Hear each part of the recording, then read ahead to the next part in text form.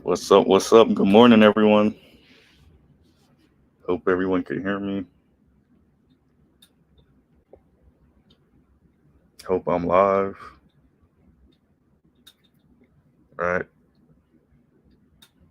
See if I start getting people streaming in first. Let's see. Let's see. Says I'm broadcasting.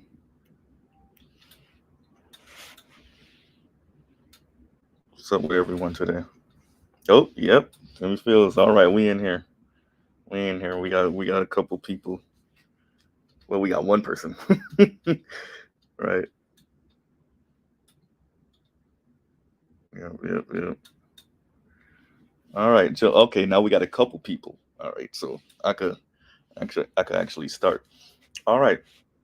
So I'm gonna freestyle this part of the commentary. So we've been hearing people talk about money, and no romance without finance, and all of that for decades, really. Um, and I've been thinking about how the current economic system has been functioning and working on relationships for the better part of 5 decades, because we understand the provider protector concept and how that goes back ages, right? Just you know centuries, millennia, but definitely a particular concept of provider protector, and and how that, once again, how that works on the relationship between men and women. um I have my own theories about how putting a price tag on everything and commodifying everything works on men and works on relationship, right? But yeah, there's people that disagree. So I scrolling through the YouTubes for the better part of 2 decades now, almost 2 decades, right? um I've come across a lot of stuff that's helped to inform me, right? Between um reading and watching different things, it's helped to inform me. We're living through a very perverse understanding of provider protector, right? And there's been a couple of other content creators and that have covered this kind of idea of this. Shout out to Shay Sade. She covered an aspect of it last night, and she was gracious enough to have me up, and I got to speak to her for a little bit. um she was speaking about the black woman in luxury concept, and what we were teasing out is, well, who's providing you with this lifestyle, right? This black woman in luxury lifestyle, and how much does it cost?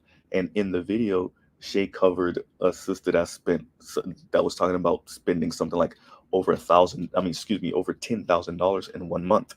That's 120 a year, right? For those of us that understand, like, half of American households make less than $70,000 a year, right? Something like 68, $67,000 a year right now. So if you're almost doubling that by making 120 a year as a single person, mind you, you're in the top less than 10% of household income, less than 10% of income earners, excuse me.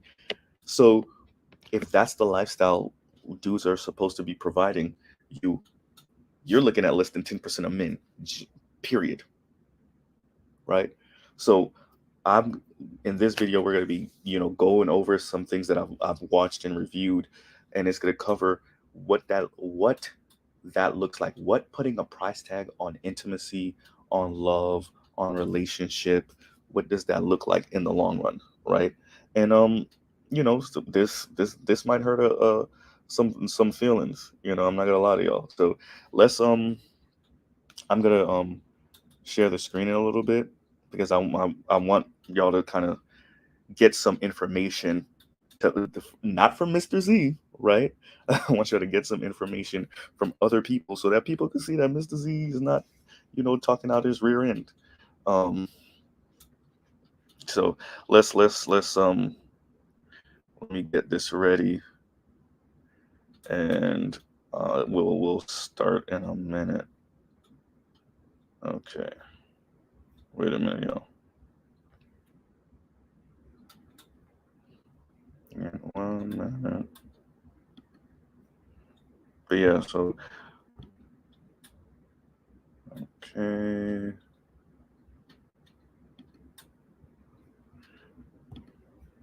Let's see. Okay. Can y'all see that? Hopefully y'all can. Right? And we'll play Why this. aren't people getting married? Is marriage simply for those who are privileged? That was the question in regard to a survey done by the American Enterprise Institute and Opportunity America. As we know, the percentage of people getting married has decreased over recent years. And so what are the reasons behind it? Now, marriage has sharply declined among people without college degrees while staying steady among college graduates with higher incomes. So just to give you the specific numbers, 26% of poor adults, 39% of working class adults, and 56% of middle and upper class adults ages 18 to 55 are married. So the number or the percentage is much lower for those who are living in poverty or struggling economically.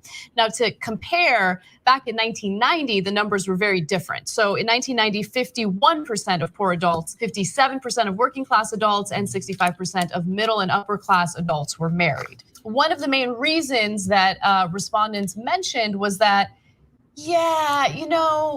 when it comes to men who are struggling with their finances, who might not have good jobs, women are less likely to be interested in marrying them. And so that could be part of the reason. Also, just over half of adolescents in poor and working class homes live with both of their biological parents, compared with 77% in middle and upper class homes. So even though less people are getting married when it comes to a certain socioeconomic status, that doesn't necessarily mean that they're having less kids.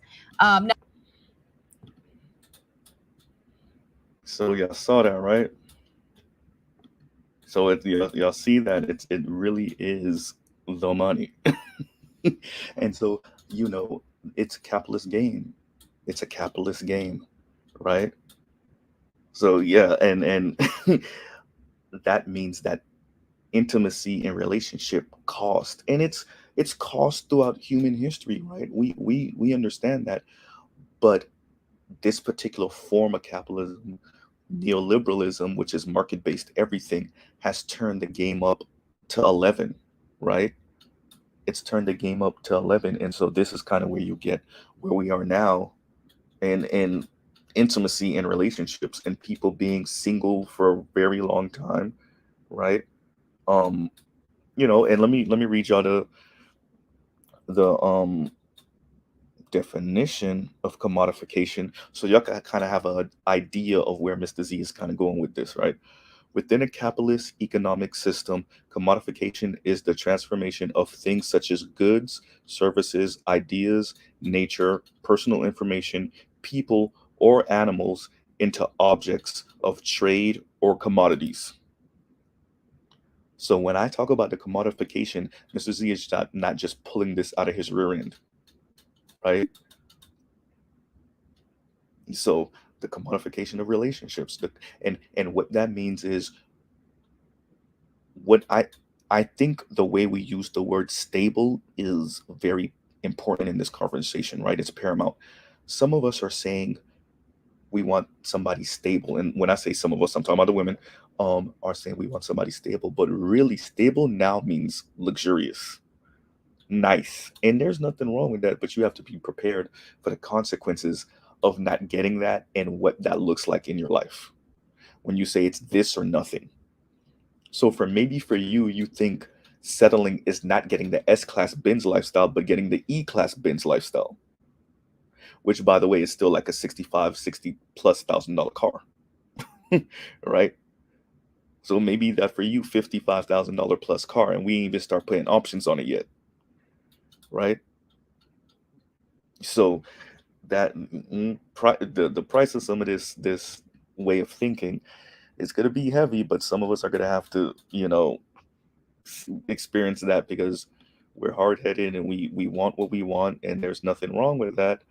But once again, that comes at a cost, and some of us, we think we want to pay it, so we say, but not really, right? And so the next clip that I'm gonna play is an interview that This Is Revolution. Oh, by the way, like, share, subscribe. I don't know if my super chatted on. It might be, so y'all could, look out right there. But the next clip that I'm gonna play is from This Is Revolution.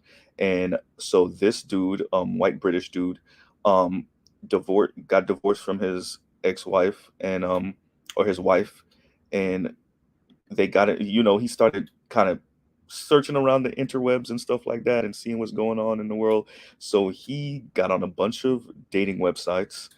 He bought a sex robot. He went to a sex robot brothel. Yes, y'all heard right. But most of this was for a book that he was writing, which he actually did write. So when he said research purposes, he really meant it, right? So yeah, so, and the title of this is the gamification. I think it's the gamification of relationships, if I'm not mistaken. So yeah, and there's some real interesting commentary going on with this. So I'm gonna play this clip for y'all next, and y'all let me know what y'all think about it. But I really want y'all to hear this so y'all can get an idea of kind of what's going on with some of this. Okay, let me get this ready to share. Yeah, it's some serious. This is the cost, man. Like this is the cost of pretty much putting a price tag on relationship and where people are, right? So let me play this for y'all so y'all could get an idea of what's going on.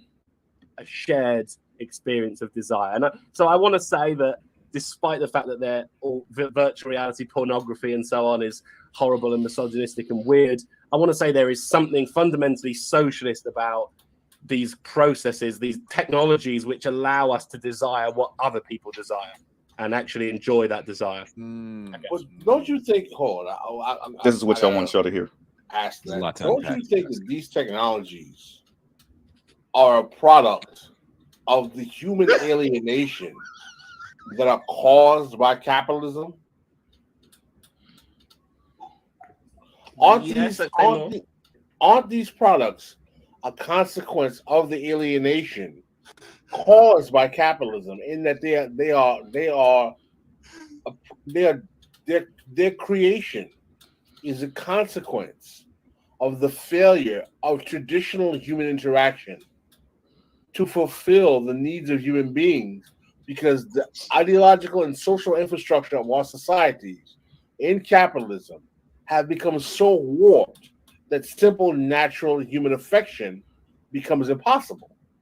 So how can we look at this as a healthy form of potential socialism when in reality the cause of their existence is the fraying of our society as a consequence of the capitalist realism that demands their existence? So somebody already peeped game. Yes, that's Pascal Robert, my fellow Haitian brother. So yeah, Pascal was saying some real shit. Yes, Pascal is your friendly neighborhood socialist, and I know that might make a couple of our brothers in the space cringe. It's okay to get some concepts from opposing people that you don't agree with, right? Opposing worldview, and see how you could implement that in your life. But his critique is real, even if you want to stay on the same track economically. Quite frankly, you really don't have a choice in America. You have to be about your money, right? You're gonna be a capitalist some way or another. That's something I've come to terms with, right? But in your personal life, in the way you see love in relationship, adopting this view might hurt, right?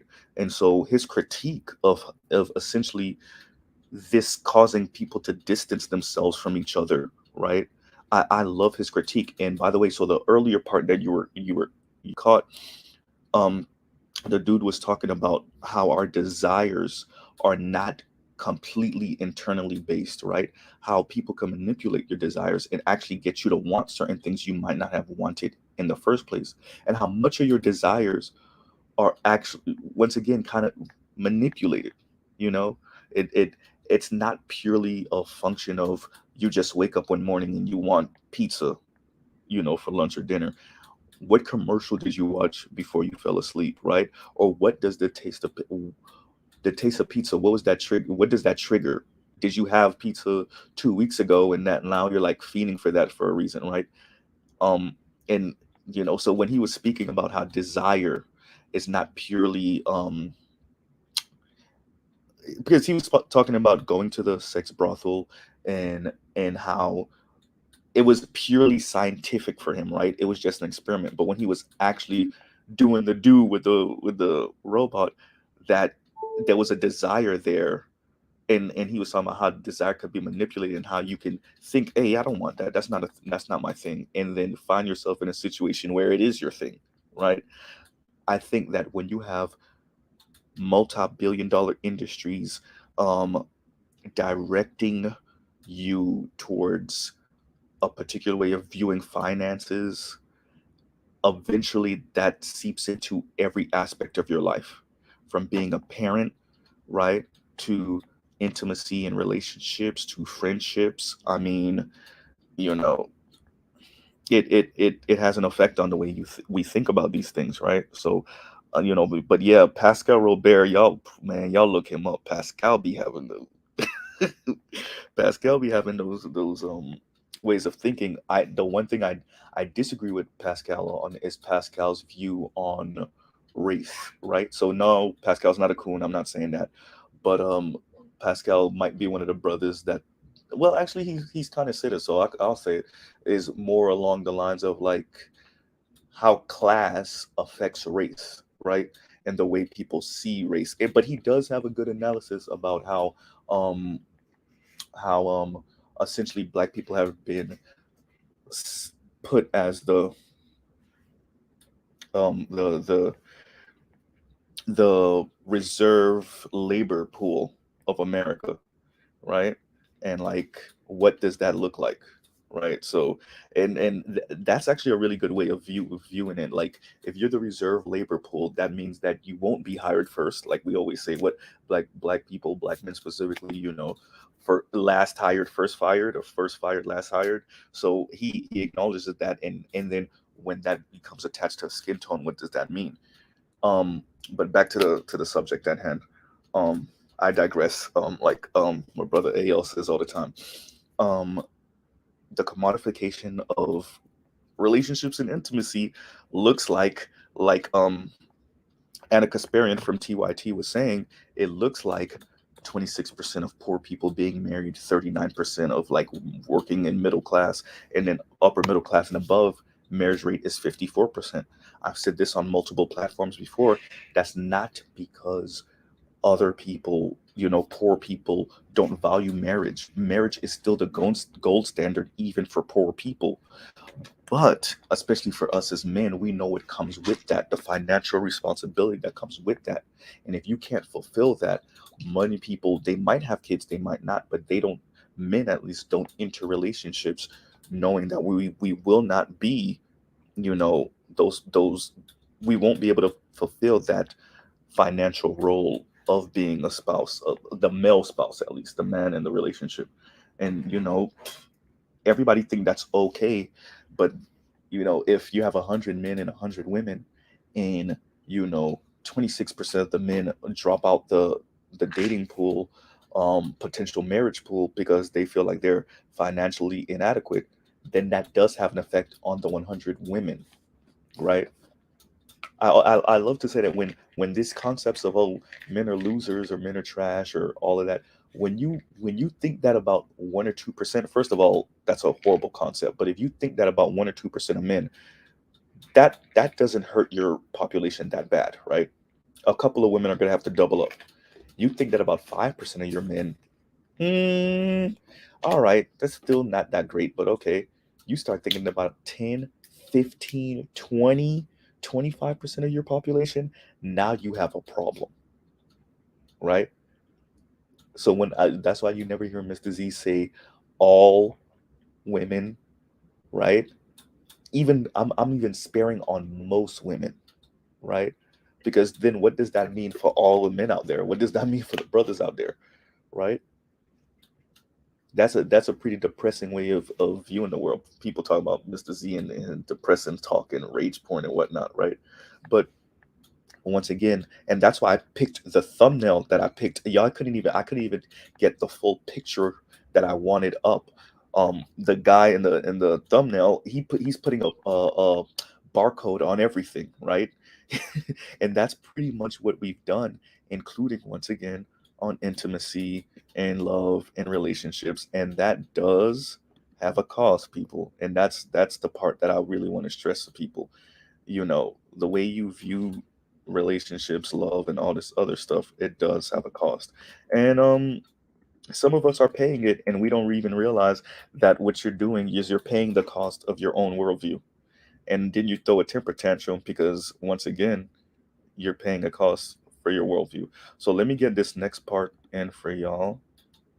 So so far I hope y'all are enjoying what's going on with this. All right, so let's get this next part in. And we'll talk about it on the back end. I will be having people up later, so y'all could sit tight. Let me do my shout outs actually. What's going on, Art New Style? Gold Professor, what's going on? Charles Irby, Juice, what's going on? Dardar, thanks for being in here. John Jones, I saw Raj here earlier. What's going on, Raj? So thank you all for being up. Yeah, right. Exactly. But no, for real though. For real though. Yeah, that's definitely true. That's definitely true. And John Jones said we're having our desires hacked for consumerism. Definitely. Yeah. Yeah. Yeah. And I mean the commodification of intimacy, relationships, and all the other stuff. So let me play this next clip and we'll talk about it on the back end. But I just wanted y'all to kind of see what's going on. Like, I mention these things on different channels, and I think it kind of goes over people's heads, or if they actually listen to what I'm saying, we don't go in depth, right? So the beauty of Mr. Z having his own channel is we can go in depth. So and let's do that. So here's the next part, and I'll start it off right here. Mom is also there, just sitting and judging.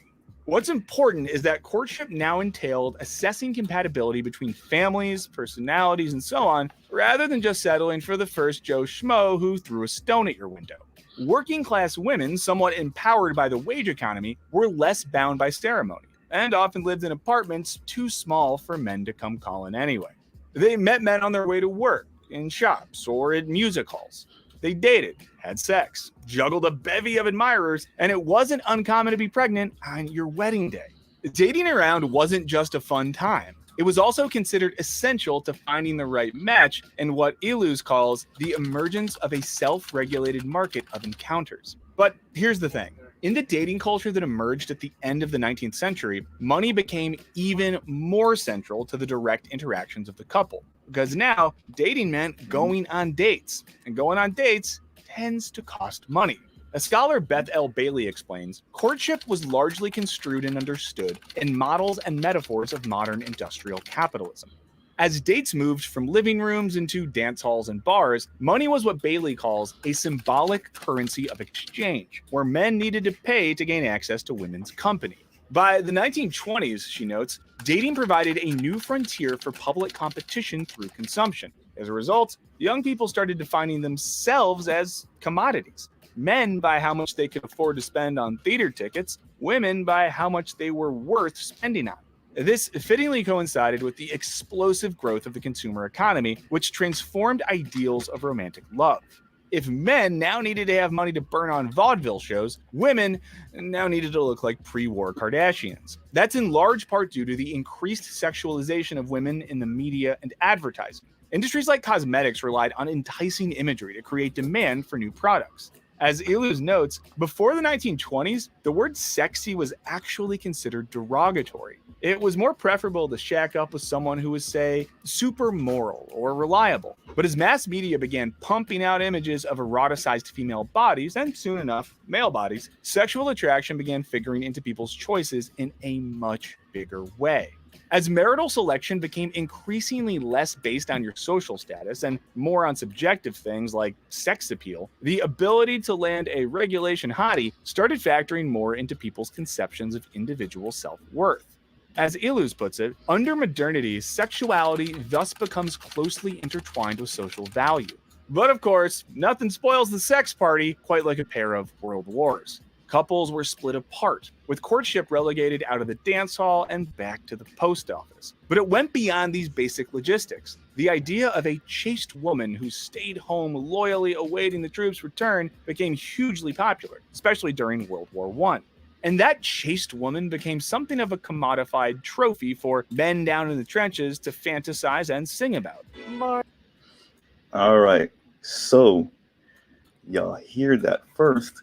Let me give the super chat people paying some love. Charles Irby, shout out, thank you. Love the content. Keep it up, bro. I will try. Everyone hit that like button, that up button. Indeed, Allah is all in all. Gold Professor. Shout out to you, Gold Professor. Once again, for those of you that don't know, there are a couple of people that are responsible for Mr. Z in his channel. Roger Report is one of them because he be on my ass. Gold Professor is definitely one of them because Gold Professor was the first person to ever suggest that Mr. Z start his channel. So every time that he's up, I will remind y'all. So y'all might get tired of that eventually, but still, right? Obviously the BGSs and Charles, I've mentioned Nameless was the second person to be like, yeah, actually Gold Professor's right. So definitely Art New Style, Art of Immore, there's a bunch of brothers that allow me to speak on their platforms ad nauseum, so I always have to shout them out, right? Next one up, ICIP13. He said, good morning, sir. Good morning, bro. Thank you very much, peoples. So y'all heard that. So first, let's talk about that chaste woman concept and some of the ideas. So y'all heard that. So before World War II, women were starting to get loose anyway. Much of the concept that we have of these kind of super chaste conservative women is like a window. That was like a small window, right? And like that's like World War II-ish to like right before the sexual revolution, right? That's the window that we're talking about. But you also notice how they were talking about money, right? You need money to go to this, you need money to do that, you need money to do this, and how that affects the whole dating scene pre World War I and definitely pre World War II, right? Once again, that's financial, and that does have an effect. Also, I hope y'all peep the fact that he said it wasn't uncommon to be walking down the aisle pregnant, right? Premarital sex, all right? So the slick dude in the neighborhood with a few dollars, and this also goes to something that BGS speaks on oftentimes when we talk about the Black community and patronizing Black businesses in the South. Much of why some of those businesses didn't last is because racism dictates that Black people are always moving. And so as Black people moved from the South, obviously these are your patrons, and they moved to the West Coast. They move up north to the North Midwest, like Chicago and whatnot, or they moved northeast to New York and to Connecticut, Boston area. What that means is that that's your patron base leaving. So of course your business isn't going to last that long. That also affects intimacy and relationships, right? So some of those really conservative views on relationships and money maybe not meaning that much happens in some of these more rural or conservative environments. As you move to heavily populated environments on the West Coast, definitely in the Northeast, that changes a bit, right? And that the money aspect, the competition for this woman's attention, it grows, right? $10 don't really mean the same in certain parts of the country compared to other parts of the country, right? Somewhere in BFE, Alabama, $20 is different than $20 in the middle of Queens, New York, right? Or in the middle of Brooklyn, you know? So that's kind of where this video was going. But I'm glad these things are coming out, because it's giving us a different way of viewing things. And it also, when you are in a relationship with someone, a woman, that is she riding with you, and it's not, she's going to encourage you to make more, but that's not the be all end all, and she doesn't see you as a commodity, and she hasn't commodified herself. That's something worth holding on to, right? um so yeah, y'all are getting some of the history of this money thing, right? And how it actually affects the way we view relationships. Oh, let me say this also: fair use, fair use, fair use, right? So we're just going through this really to educate people and get people thinking about dating, relationships, intimacy, and once again, the commodification of relationships, intimacy, sex, right? It's not that these things haven't been exchanged for financial gain throughout human history, but the particular brand of neoliberal capitalism, right, that we're living under currently has turned that up to 11, right, or 12 or 15, right? And you know, we're a product of our time oftentimes. So, you know, what does post Reagan era, not even post Reagan era, I would argue we're still living through it. What does Reagan era neoliberal, Milton Friedman-esque concepts, how do those filter into intimacy, right? Ayn Rand concepts, how does that filter into intimacy, right? So I'm about to play the next clip for you guys, and we'll speak about it on the back end. But I really, you know, y'all let me know what y'all think in the comments with what y'all seen so far. But yeah, this is this is interesting to me. I find this type of stuff fascinating. A macro view of what's going on, because we often talk about the micro view, right?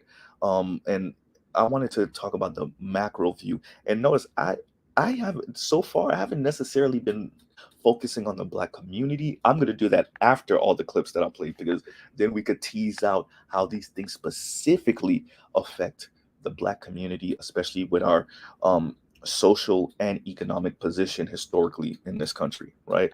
So let me get ready to play this next clip for you guys, and y'all let me know what you think on the back end, or while it's playing. I'll try to read those comments while that clip is playing. But here we go, y'all. Here we go. Job and sometimes wearing trousers. But especially after World War II, the return of the troops, plus rising pressure to marry early, pushed a lot of women back into the home. Some of the rush to get married was out of anxiety about the scarcity of eligible men post-war, which reinforces a marketplace vibe.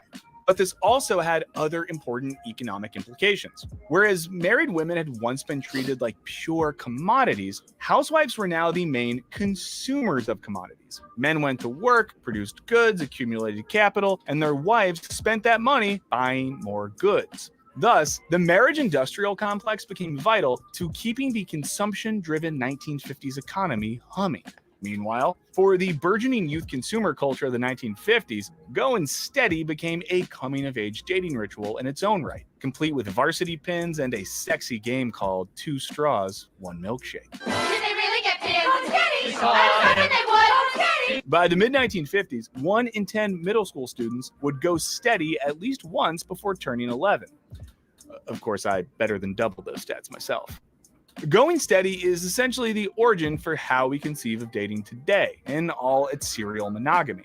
And make no mistake, just as it was for their parents, consumption was inextricable from this boom in young love.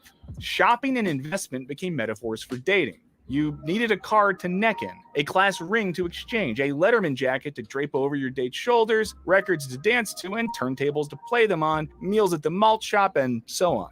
And dating remains a consumption-driven activity to this day, even if we've swapped banana splits for charcuterie boards and class rings for Netflix passwords. Now, the 1960s and 70s had...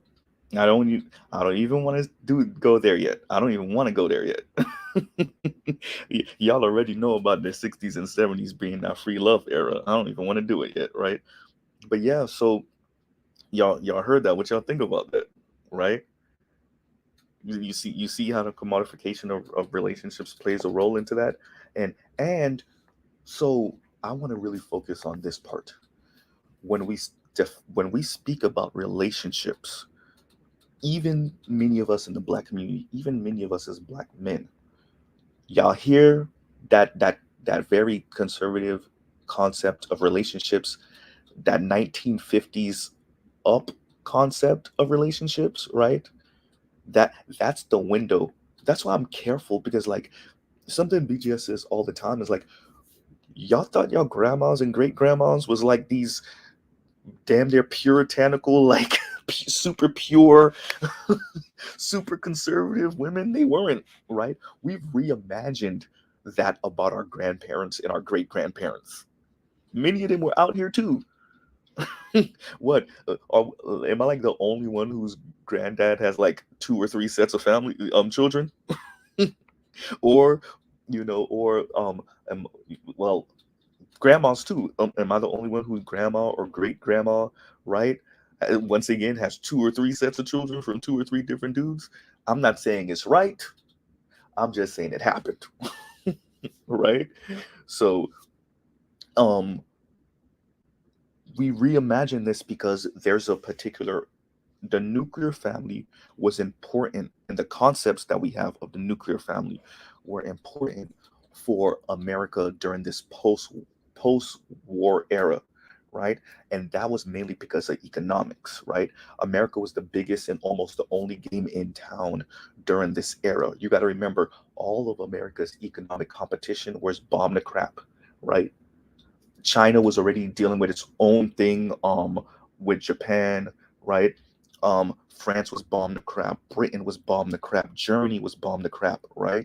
The South American countries hadn't come online yet anyway, right? The African countries were still reeling with colonialization, right? The yoke of colonialization really came off after World War II, right? This is where you get certain countries gaining their independence throughout the mid and late 50s up until about the mid 70s, right? That's when that's happening. So pretty much America was the only game in town, and it needed a particular type of nuclear family to continue this. And this kind of speaks to what Pascal Robert was speaking about, is like this brand of commodifying relationships or capitalism. It's eating itself, right? Which means it's like it's eating us in these relationships, right? So like that notice what's kind of going on here, right? And that's why when you meet someone who's really riding with you and they could care less about these things, or it may be a factor in their life, it's important. Who doesn't want nice stuff? Mr. Z already told y'all I used to be a dandy. Kind of am. I did go shopping yesterday, right? But it's not the be all end all. And there are other things in my life that are more important than a couple of nice pairs of shoes, right? And I, maybe because I'm a man, it's not the end of the world if I don't have those things. And I don't judge people necessarily on having or not having those things, or those things being important to them or not being important to them, right? These particular things that are status symbols aren't the be all end all, right? And when you look at a human being in that way, once again, commodifying other human beings, that does limit some of the more intimate situations that you could be in with the opposing sex. We're particularly talking about heterosexual relationships here, right? So if you rule this person out because of a particular status that you want to obtain, that's cool. But remember, there's only so many people you could do that to, and you don't have that much time, right? 80 years is in the grand scheme of things is a blink of an eye, right? So let me read some of what y'all saying. Chased and prude John Jones. Right? Never that. Nah, hell no. My grandmother was a straight up 304 and nothing ladylike, dar, right? So like, yeah, it's people. Some of our parents and our grandparents was out here. I mean, some of us have already said that our parents were out here, but you know, we were a little bit apprehensive to say that that was the case for our grandparents and our great grandparents. You know, there's certain parts of history to romanticize. There's certain parts, and some of us want to keep certain things sacred. I get it, right? But there's other things that I think we do a bit of disservice. Okay, as adults, we can have that conversation. If you want to kind of not tell the kids all the nitty gritty about their grandma or their great grandma, that's cool. But as adults, because we have to be honest with ourselves, especially as men, we don't have the luxury of being delusional. Being honest about what is paramount, right? And so talking about this money thing and talking about how it affects your relationships, right? Especially as men, especially if you don't want, you know, young men in their early 20s to go down the same road as you, where they may have a job that's a little that pays them a little bit better than their other friends, right? Than their friends. And because of that, you know, the girls glom onto them because he always got the fresh J's or he was able to buy this nicer car than the rest of the circle. You need to let your son or your nephew know what that is. Like, yeah, nigga, maybe one or two of them are with you because of they actually like you. They actually that could potentially turn into love or something. But the rest of them are with you because of that nice shit you got, right? And you don't know if you're always gonna have that nice stuff, right? And actually that's the story of Pac talking to Snoop. And look, Snoop's wife been with him since we've known Snoop, right? Snoop, right? They broke up for a little bit, but look, right back together. And that's because Pac told him like that one, she really riding with you, right? So when you meet someone who's really there, you know, who doesn't, yeah, the nice stuff is nice, but they're probably gonna be with you even when you don't have that. That means they're not part of the matrix, right? And somebody said earlier, and let me see, because I want to give you props. Let me see if I could find that comment on my phone. But somebody said the century of self. I'm actually really considering doing a stream on that. But I would have to give y'all some time so that y'all could watch it because it's like a 4 hour plus um um documentary. Okay, John Jones said it. Okay, yeah. So I actually want to cover that, and there's been a couple of documentaries that Adam Kurz has put out that I actually want to cover. But I need y'all to watch it first so that we could go over the highlights because Mr. Z ain't doing no 5 hour long stream going over that documentary, right? So yeah, or I could give us highlights. I could timestamp a bunch of stuff and then put it in a community chat and tell y'all pay attention to this to this to that, this to that, right? This time stamp to that time stamp. But yeah, okay, y'all. My girl is taking my sandals right now. All right. So we're gonna play the next. We're gonna play the next clip in a second. But yeah, let me read some of y'all comments while I'm getting some of this ready. She had a different man come into the house every so often, and she even had a son from a married man. Dardar, man, it happened pretty much everywhere, right?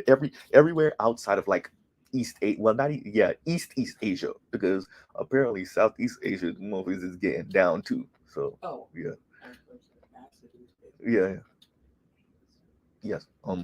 But yeah, so let me see. Let me get the next part ready for y'all. But yeah, so that commodification of relationships. This is what it looks like, right? This is what it looks like. So let me get that next part ready, and we'll cover that after this. Or we'll speak about that after this. All right. All right, here we go. Now, the 1960s and 70s, as you probably know, brought varying degrees of free love and rebellion against the previous decade's sexual and romantic constraints. But by the 1980s, we saw a return to conservative values in pretty much every element of American society. It's around this time that the 1950s were reimagined as a nostalgic utopia of happy families born from people who'd just lost their virginity. The free market. So why did I stop that And so y'all could hear, like Mr. Z said, we reimagined the 1950s, right? And actually pre-1950s, we reimagined that era in the 80s, right? Because we didn't want to tell the truth that dad and granddad was getting down, and mom and grandma were getting down, for those of us that have some boomer parents. And we reimagined the silent generation too. Silent generation was getting down, but once again, I want to play that so that he could say that, right? Reimagined, right? And some of us, our mother was really chaste. Some of us, our grandmothers were really chaste. Like that's not a lie. If you have a grand aunt still alive, she'll tell you, yeah, your mom wasn't getting down, right? My sister wasn't getting down. She was really, this conservative person. But then others of us, if you talk to your grand aunt, she'll be like, yeah, your grandma was out here. Now that you're grown, let me tell you, she done passed. I don't have to worry about her, coming at me no more. She was out here. Right? So these are just different experiences. So sometimes it was really conservative, sometimes it wasn't. But the reimagining of a bunch of chaste women, that's what it is. It's just a reimagining. It's not real, right? We're not, many of us, we me and Black Uru speak about this. Many of us have the light-skinned uncle with the freckles, and you wonder where he came from because your granddad was dark as hell, right? And Grams wasn't necessarily, Mariah Carey out here neither, right? So let me play this next part for y'all, and we'll continue. But I needed him to say that so y'all could, hear him say reimagined, right? So let's play this next part. I'm gonna have y'all up in a little bit. I just want to get some of these things out so we can have some things to talk about when I pull out yellow. All right, and here we go. Utopia of happy families born from people who just lost their virginity. The free market obsessed 80s also saw the ascendancy of dating technology, like computer-based dating services or the truly heinous video dating boom. Hi, I'm Maurice. I'm an executive by day and a wild man by night. These companies promised to help you, say, do comparison shopping of potential dates from the comfort and privacy of your own home. Again, we see the language of capitalism continuing to permeate dating. And then came the internet. Now, technically, the earliest version of computerized dating came from Harvard in 1965, when some students created Operation Match a half-century before your favorite sunscreen enthusiast would start your least favorite social networking site in hopes of getting laid. This 75-question-long survey helped tens of thousands of people learn about well-suited potential new mates in its first year alone. And its algorithmic match process has since been emulated by modern dating sites. These companies also used the knowledge gained from those questionnaires to mine consumer data, a practice that would only grow in the years to come. As the internet entered more homes, companies like AOL funneled people into chat rooms, bulletin boards, and so on based on mutual interest, which inevitably led to dating. The first dating site, Kiss.com, launched in 1994, followed shortly thereafter by Match.com in 1995. And by 1998, Nora Ephron made the world a better place with the film You've Got Mail. Side note, we actually made a video about how that delightful film is secretly fascist, so check it out. Now, early online daters encountered plenty of stigma, and were often painted as desperate. But the more online our lives have gotten, the more mainstream online dating has become. By 2007, Americans alone spent $500 million on online dating services, making it the second most profitable sector of the internet economy. And we all know what the highest industry is. The one you have to open up the anonymous browser to go look at, so it's not in your history, so that if your mom uses your computer, that thing doesn't happen again like it did that one time. So for those of y'all that don't know what he was saying at the end of that, he was being funny. He was talking about porn. Yeah. So, and if y'all don't know, porn is actually the #1 thing on the internet. Like that's it. Your Pornhubs, your X Hamsters, your X videos, and all the other stuff. That's where it is right now. That's the money makers, really. Yeah. So the commodification relation like this. I mean that segment. I don't even know what I could necessarily add to that. It's that's where we are, right? Like first online dating turned this shit up to 11, but y'all got to see the first and online dating is the number one way young people are meeting now. So I think I said this a little while ago. I was on the breakdown about this was what maybe 3 weeks ago now. And I was having a back and forth with a young lady, and she said the internet's not real, and I'm like, no, it's real, right? It's real. And people are meeting online. I'm not saying whether that's a good thing or a bad thing. I would prefer y'all talk to women in person. I understand the apprehension at that because of the Me Too era, so it's a little, iffy. But it's real. People are really meeting up online, and that's the number one way people are dating now.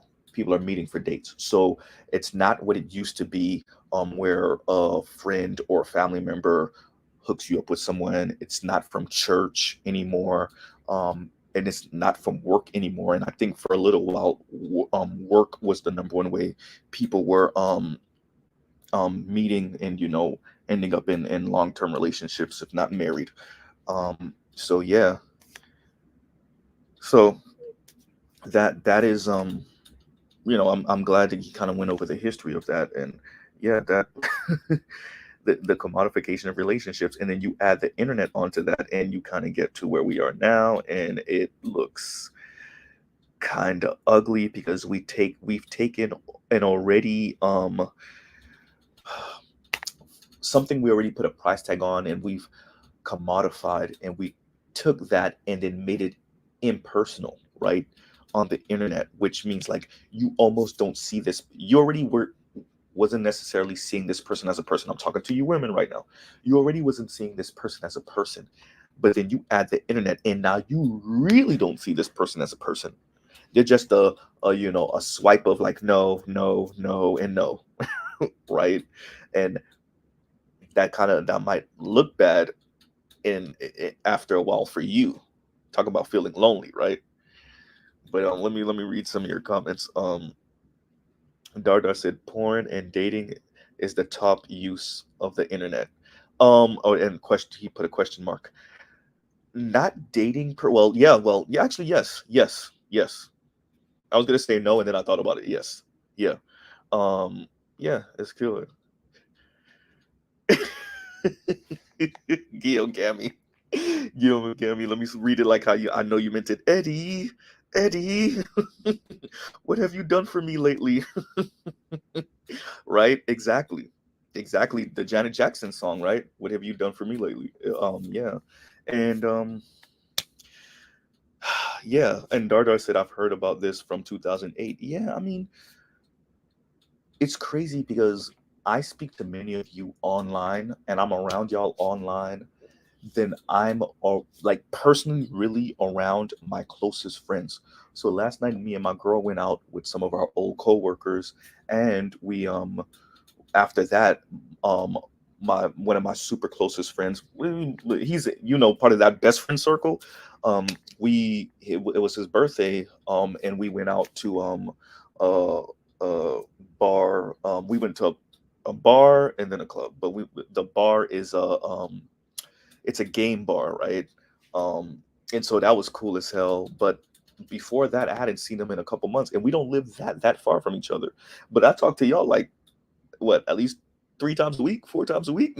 Y'all could catch Mr. Z on any person stream, art stream. Yeah, I'll be on artisans stream sometime. Art of M more artisan. But what, BGS, Raj, right? Charles, y'all could catch me anywhere. But my actual like in person, in real life friends, some of them I don't see them, months on end. For one of my closest friends, I haven't seen him in like 6 months, right? So yeah, so that's the interesting part of the internet, right? So you become closer to people from a million miles away, but then friends and family that are right next door, in a weird way, you become more distant, right? So you'll still see your cousin's daughter. You'll watch her grow up on Facebook, right? You'll watch her grow up on Instagram, right? But you haven't seen your cousin's daughter since, the family reunion 5 years ago, right? And they barely know you, right? That's the interesting thing that the internet has bought us. Let me say this again: like, share, and subscribe. Hit that super chat, and fair use, fair use, fair use. And I really want y'all to kind of see what this commodification, what it really looked like. Hey, we got to be about our money as men, as Black men. I'm not here to deter anyone from becoming the best you can be, and that includes finances, right? That's not what Mr. Z is saying. What I am saying is be careful on how you internalize the money over everything when it comes to your intimate personal relationships, and definitely the women around you. So if you have a niece you speak to that you cool with, your younger sisters, maybe even your older sisters that have their ears open, this is the type of thing you want to talk to them about, right? Because her ending up with a man that's only about his money, that might not bode well for her. He got to be about his money, but if he's only about his money, she might get switched out. Right? When that money really starts flowing, she might get switched out for a newer model. No matter how she keep her body right, the loyalty still won't be enough, because the way he views the world, right, is about, yeah, your niece was cool enough, but your niece now is like the bubble-eyed Lexus GS. It was cool while it lasted, right? So that's why you want your young people to kind of think about the world differently. Be about upward mobility, be about their money, right? But if they're only about their upward mobility, that's actually a good thing. But if they're only about their money, that means they start seeing people as products, and that doesn't bode well necessarily for their intimate friendships and their intimate relationships, their romantic relationships, right? So let's keep on going. There's a couple of more clips I want to play for y'all, but what do y'all think so far? How Mr. Z doing? How we looking out there? Oh, we have 55 watching. Thank you, people. Thank you for being up with Mr. Z on a Sunday, right? On a Sunday, before 12 o'clock. Right, and listening to me kind of blab on about this stuff, because these things, to me, I mean, these definitely affect some of the conversations, not even some, but just about all the conversation we've been having for the past decade or so online. And this might be able to bridge some of the gap between some of our older brothers in the space and our younger brothers, because both of what we're saying is true, right? It's not, this is not, oh God, I got to do this. This is not necessarily a binary of, no, you're 100% wrong. No, you're 100% wrong. No, actually, the dating landscape with the particular brand of late stage capitalism we're in, neoliberalism, and with online dating and that's done, and with the Me Too movement and what that's done, and with the concept of street harassment and what that's done, all of those things, when you put them all together, right, that does affect the overall dating landscape for young men, us particularly young Black men, right? So some of us, we were socialized and we grew up with women that understood that men would come up to them and talk to them, and they may not be the happiest about it, but they're not gonna call the cops on you necessarily. When you start getting under a certain age threshold, that changes. And some of us that are maybe 35-ish and older, that's something that we have to realize, that when we're talking to young men 30 and younger, be careful about the wisdom that you hand out, or what you perceived as wisdom when you hand it out, right? Don't be the retired D-boy talking to these young D-boys about how to move, and you forgot that there's intersection cameras now, right? You forgot that. You forgot that their phones are snitching on them because your phone is a GPS now, right? Don't be that guy. Right? So I'm saying that to say, don't be the uncle giving your nephew some old tired game advice that don't apply today. Right? Don't be that guy. But let's get ready for this next clip, and let me share this real quick so y'all could see what's going on. Yeah. All right, here we go.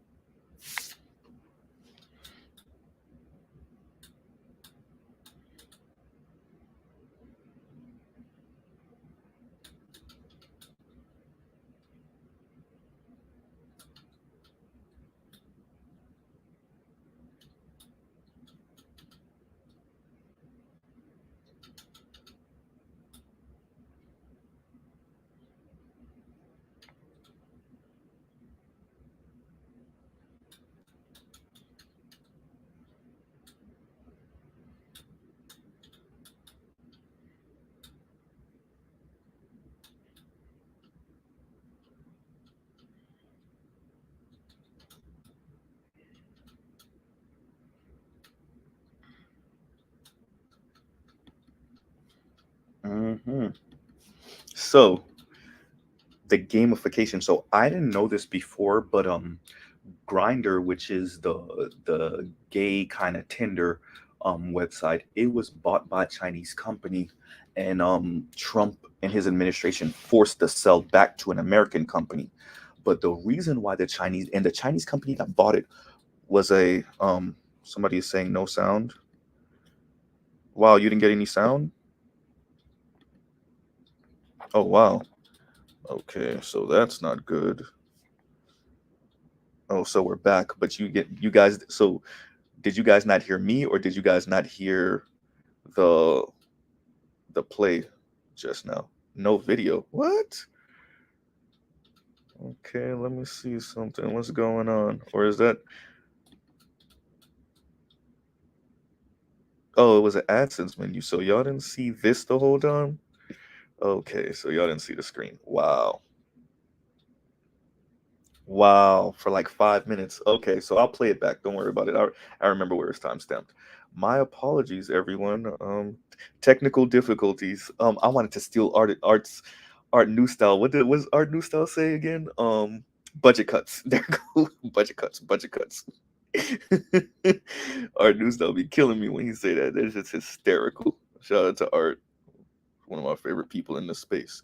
So I guess I'm gonna hold off on my commentary for now because I want y'all to see this before I give my commentary. So let's I guess we'll scroll back a little bit, and yeah, that sucks. I'm sorry, y'all. So can you guys see now? Is the screen good? Can you guys hear me? Wow, that's crazy. Well, thank you for sticking with me. I still got 56 people watching. Thanks. I'm sorry, y'all. Technical difficulties, budget cuts. Shout out to Art New Style. Okay, so let's try that again. So I'll go slow this time, and then y'all let me know if y'all see the screen that I am trying to put up. Okay, hopefully y'all see that. Do y'all see that right now? I'm gonna wait until y'all start commenting, and then I'll move on with what I want to share. Okay. Anybody in the comment? Okay, perfect. All right. So I'll play this again, and then we'll just go from there. Computer, that thing doesn't happen again like it did that one time. So it comes as no surprise that online dating services are expected to rake in over $3 billion this year in the United States alone, especially in light of how a cornucopia of new dating sites and apps have cropped up, boasting new innovations like Tinder's gamified swiping interface or Bumble's woman-led dating model. A benefit of online dating is the way it creates opportunities for people from specific communities to connect with each other. LGBTQ plus folks, people in rural areas, elderly or disabled people, hell, even fly fishermen. It can also be a relatively unthreatening way to meet new people and sometimes to screen out potentially bad matches. But we see something else going on that we think does a lot to explain why online dating can feel so hard and occasionally pretty depressing. Now, we've talked about the intersection between dating and economics, from dowries to theater dates to the consumer demand for engagement rings that cost a month's salary. But we'd argue that online dating basically takes the commodification of the actual act of dating that cropped up around the turn of the century and turned it up to 11. Put it up to 11, exactly. How? Well, as scholars Rebecca D. Hino, Nicole B. Ellison, and Jennifer L. Gibbs note in their article, Relation Shopping, dating sites are typically designed like online shopping platforms, evoking the sensation of literally window shopping for a match. They write that the functionality and design of online dating sites encouraged participants to adopt a marketplace orientation towards the online dating experience. Now, that doesn't necessarily make Tinder sinister, but it could have real implications for the kinds of relationships you're most likely to find. In Relation Shopping, the authors write that online dating may encourage an attitude where prospective partners are commodified as products to be sold, assessed, purchased, or discarded. Being discarded is probably fine if you were only looking for a one-time hookup, but it lends a depressing air if you're in search of a long-term relationship.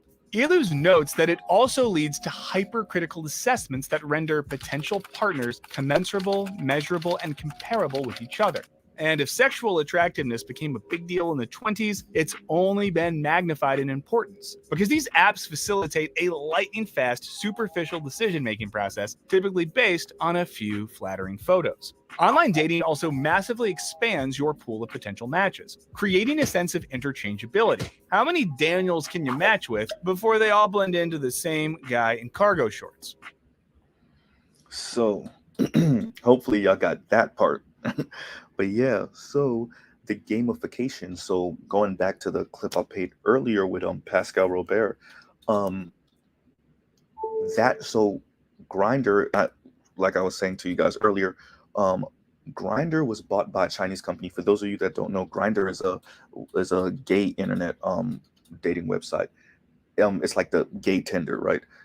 It was bought by a Chinese company, but a gaming company. I didn't know this. Trump's administration forced the sell back to an American company. But think about what I said.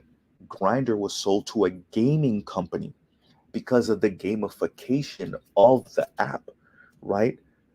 Like, and you think about how your brain internalizes viewing people on this app, kind of like doing a high score, low score. This person's not good enough. That person's not good enough. You know, this person's worth 10 points. That person's worth 15 points. This person's worth 30 or 50 points. Your brain is that's how it's processing some of this because it's the gamification. That's what some of the apps are doing, right? What did they say about like the dopamine hit that some of these people receive? I think they might have even said all people, but some of these people receive when they get a like on a picture and when you get enough likes, right? So it's much of that is kind of the same concept, I'm sorry, of how you're internalizing this. So you think about how, especially Bumble it centers women and how they view this. You think about that when they're swiping away, you know who they deem as kind of unappealing or unattractive, right? And like Dardar said, options, options, options. Yeah, but you can have so many that you actually, like the host was saying, you actually see these people all as one, right? And this is kind of where you get some of this concept of when people say you men or you women, right? The concept that we've heard before as black people, especially as black men, one big nigga, right? You're just one big nigga, and that's kind of where we're going with this kind of gamification of the relationships and this commodification, right? So the commodification that was happening pre-internet, but then it being turned to 11 and now being gamified, right? It does have an effect on how we view much of this, right? So yeah, so that I think I'm coming to the end of playing some of this. I know there was another part that I definitely wanted to play, and if I could find it, right, before I do one of those things where it's like, damn, I forgot to add this one part, right? But yeah, so the gamification of these relationships. Oh yeah, actually it is coming up soon. All right. So yeah, so this affects how you view relationships. This affects how you view the world, um, intimacy, right? And I'm really playing this also to remind us that none of us are immune. Yes, that includes even Mr. Z, who's bringing this up to y'all. If I was on those apps, hardcore, it would affect how I view relationships, right? If I'm on social media sites, and all I'm doing is consuming some of this toxic way of viewing different things, different people, it will affect how I see them in real life. Yes, the internet is real, right? It is real, right? So some of the things people do on the internet may be fake as hell, just like how some of the things that people do in real life is fake as hell. But the internet is real, right? And even when people catfish, that lets you know how they view themselves in real life, right? Once again, internet is real. So let me see if I'll bring up this next part. And hopefully y'all can see it this time. We won't have any technical difficulties or budget cuts. Hysterical. Yeah, I did something wrong earlier. Or they all blend into the same guy in cargo shorts. And this replicates the overall sensation we have as consumers today, where we're similarly empowered to choose between a dizzying array of 125 toothpaste brands. What's more, in the logic of online dating, potential matches are reduced and scrutinized by isolated attributes, making them easier to reject or discard. Research has found that the ease of discarding online dating partners may even continue into a relationship.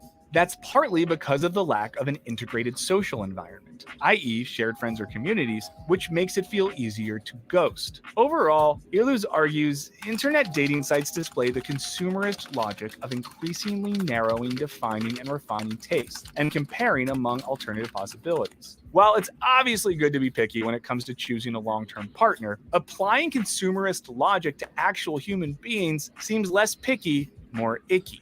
And it's not just your potential dates that are being commodified here. The authors of Relation Shopping also note that online dating encourages self-commodification via a tangible and explicit assessment of one's own perceived desirability in ways less likely to occur with traditional face-to-face communication. That is to say, participants in online dating are constantly receiving reams of data that cause them to assess their own objective value in the dating world, which can feel pretty harsh. So what does this all say about us? Well, modernity, Iluz explains, has been all about the rise of the rational in just about every aspect of life, from psychology to weight loss stats. Online dating reflects the rationalization of love, where we're encouraged to assess potential dates as laundry list of attributes rather than messy, complex human beings. The endless supply of consumer choices that defines late capitalism has been effectively mapped onto human relationships. Yeah. Applying consumerist logic. So that's what stuck out to me a lot. Once again, like, share, and subscribe. Damn, I'm interrupting to bring you a Mr. Z commercial in a Mr. Z show. So yes, applying consumerist logic. That stuck out to me heavy, right? Yeah, yes. Ninja person, yes. The checklist, yes, right? But what happens when you swear by the checklist? When the checklist is the beginning and end, it's everything. It is the checklist or nothing, right? And you're commodifying people on top of the checklist, and you got the internet on top of the checklist, right? So yes, but that these things matter, right? But that applying the consumerist logic thing, and the way we view different people, right? Yeah, well, see, okay, let me read that comment again. Ninja person. The checklist was reserved for 92 and 100 octane women, and now it's applied to all classes of women. Yes, as a matter of fact, so when I first read your comment, I only read the beginning, and I was gonna say something about that. But you definitely addressed it towards the end, and that's exactly so. A lot of the things that we're talking about, and you see Mr. Z bring this up. It was originally something that was supposed to be for top tier people, right?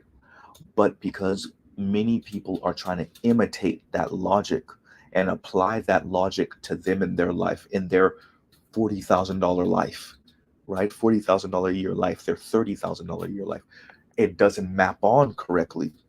And then you got to deal with all the fallout of viewing the world, viewing the opposite sex this particular way, and not having the funds, the connections, the status to live that out in what that means for you in your life, right?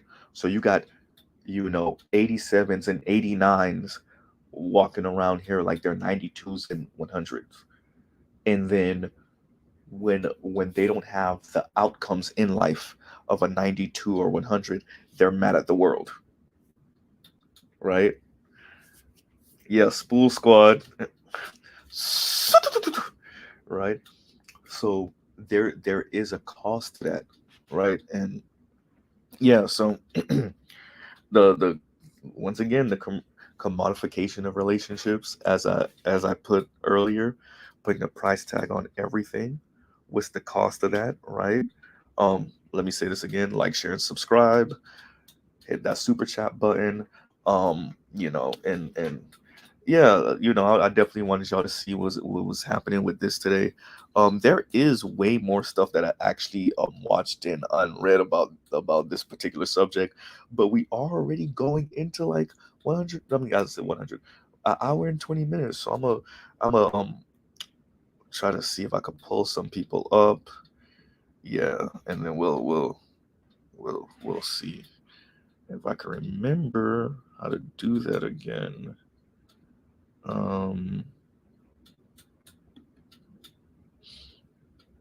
Let's do that. Give me 1 second, y'all.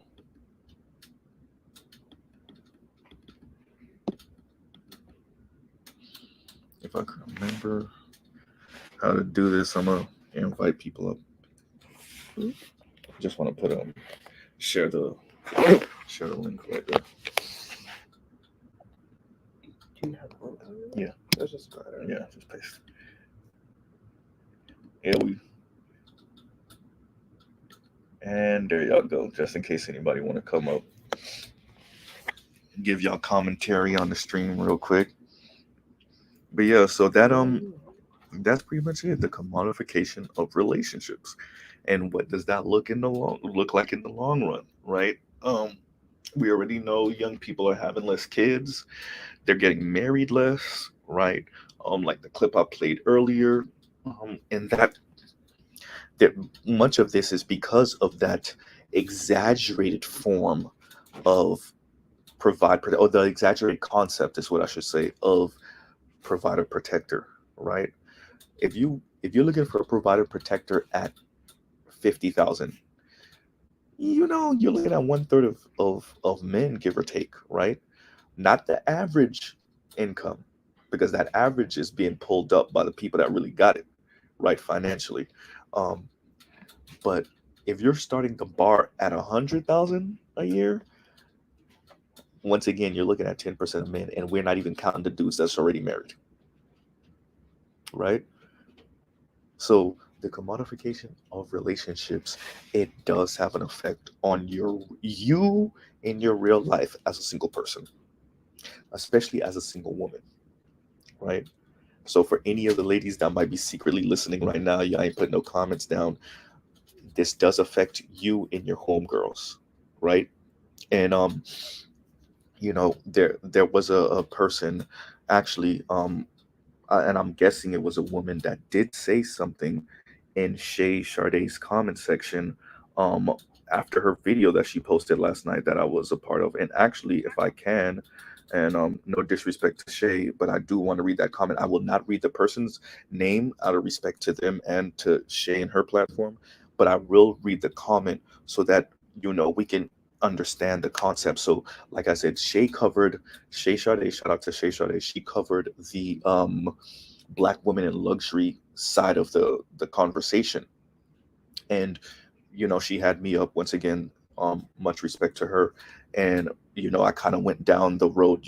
For those of you that have been listening to Mr. Z for a while, y'all already know I spoke about the median income for men, the median income for this. And then you know Shay Shay and me had a conversation about it. And I guess this young woman overheard it, and this is what she said: what do women gain from being married then? Right? Question mark. If a woman has to, air quotes, help pay bills, what's the sense of being married? Question marks. She can find a roommate for that. So a woman is supposed to work 8 hours a day, obey her husband, and then pay half the bills? Question mark. WTF? What did she say? You make marriage look awful. I see why my ancestors chose to be alone. Yeah. Right? Yeah. So, Mr. Z told y'all, if I can't have the Benz lifestyle, I'd rather walk instead of being in a Camry. That's what she just said. Forget stable. If you can't pay everything and I live luxurious, then F it. Right? Exactly, Dar. Women have always worked. There's a window of like stayed home everything, right? And like that's just a window. That's just a window, right? And even when they say stay at home, oftentimes when they say stay at home, they don't even mean like folding sheets and stuff like that. They really mean like staying at home, sitting on their rear end, doing nothing and looking cute, and going to day parties and stuff like that, and going out for brunch with their other stay-at-home mom friends and drinking lemonade mimosas and stuff like that. Like that's what they're talking about. And once again, the commodification of relationships, it really is this luxurious lifestyle that now it's like it's that or nothing, right? The commodification of relationships sets the bar where the top 10 or 15% of people live and how they live. And even with that, many of them aren't even living that life, right? You'll be surprised the people that make 100,000 plus a year and like how they live it. Many of them are not living that uber glamorous life. I remember Mr. Z used to work at a law office. I worked with people that made $100,000 plus a year. They weren't uber ballers, y'all. They had baby luxury cars, maybe mid-tier luxury cars. What does that mean? They were driving around in C classes and E classes, and they had a 3-bedroom 2-bathroom, 2-car garage house, and it wasn't even huge. And I'm talking about multiple people like this that I worked with, right? Because they're still paying off that student loan debt, right? And if their wife is anywhere on their level, their wife is a teacher, they're bringing home like 100, their wife is bringing home like 45, 50. So you're talking about maybe a $160,000, $70,000 house, right? That's pretty nice. But remember, we didn't count the taxes yet, right? We didn't count taxes yet. We didn't count student loan bills yet. We didn't count the car notes yet. We didn't count the mortgage yet. And so, yeah, they might be living better than the rest of us down here, us plebes down here at, 35, 40, 45, 50, 55, $60,000 a year. Yeah, they might be living better than us, but they're definitely not living like the people making $500,000 and above. Right? So that attorney's wife isn't a stay-at-home wife. All she does is go drink lemonade mimosas with her homegirls. But if you've commodified men, and it's about the top 10%, but really you really want the top 1% dude, right? Then this is your outlook on relationships and intimacy. And that's okay, by the way. I'm not even telling you not to do it or not to think that way. I am telling you there are consequences to thinking and viewing men that way. And if you find yourself going from the age of 25 to 45 and you've never been in a serious relationship, right? You may still not have no children. You may have never been married. There's a reason for that. Oh, I didn't realize you were here, John Jones. Give me a second. Let me add you to the stream real quick. What's going on, bro? You can talk out. I should be able to hear you. Can anybody else hear John Jones? I can't hear you, bro. All right. Maybe it's the other stream. Oh, okay. Let me remove that. Give me a second. Let me see. Let me add this one. There we go. Yeah. Family, man, it's not a lot that I could talk about in all the conversations that I've been hearing, like even watch porn, all the other stuff. I got a little bit of experience we're talking about right here. And this is like what we're talking about right now. Like I dead ass had a conversation 4 o'clock in the morning with my girlfriend, talking about she wanted to go to folk with the child and all this other shit. And like it's crazy. Like I'm going through something in the realms of what's going on. My good man who also just taps into these type of dialogues going through this shit where it's like they like these women want to live this very luxurious like lifestyle and stuff like that, and then the whole thing is knowing at the same time a lot of dude shit is not together. Like I'm on my way to grad school right now. I just got a new job. She want to go do all this luxurious shit, and it's like, yo, I didn't even step foot in any of these places yet. It's like they're looking at our potential and shit like that and being like, all right. John Jones, let me ask you a quick question before you finish the story, because I want you to finish. Yeah. How old are you, if you don't mind me asking? Me, I turn 30 next month. Okay, so you 30. Okay, but I was waiting. If you would have said 25, I would have been like, okay, that's crazy talk now. Yeah, 30, I kind of get it, but still, I've said this before. You may not have been in the space, but the age of launch is older now. Yeah, keep going. Bro, I've been in this this space for like almost like 2-3 years now. I'm like, after a while, I've always been tapping into the lingerie porn like that. Okay. Device, but I'm way familiar with what we're talking about in the narrative right now, and like this one in particular is a very interesting conversation. And what you just said, Chuck D mentioned it before about the age of launch. MTV. Basically was part of that. They changed the target market demographic and changed the age of launch. Basically from like 80s when like you was out on your own probably like between 18 and 24, 25 to like I was like 30 something. Yeah. So I think I remember watching something that said like and this was years ago, so this is before COVID. I know it got to be worse now. It's like a third of young people under the age of 30 lived at home with their parents. Yeah, my big Right? brother live at home right now. Yeah, see what My I'm older brother saying? live at home, so that shit You know, real. hey, I was at home for a long time too, so like I never look down on people like that. Plus, I'm Haitian descent, and we think about that differently.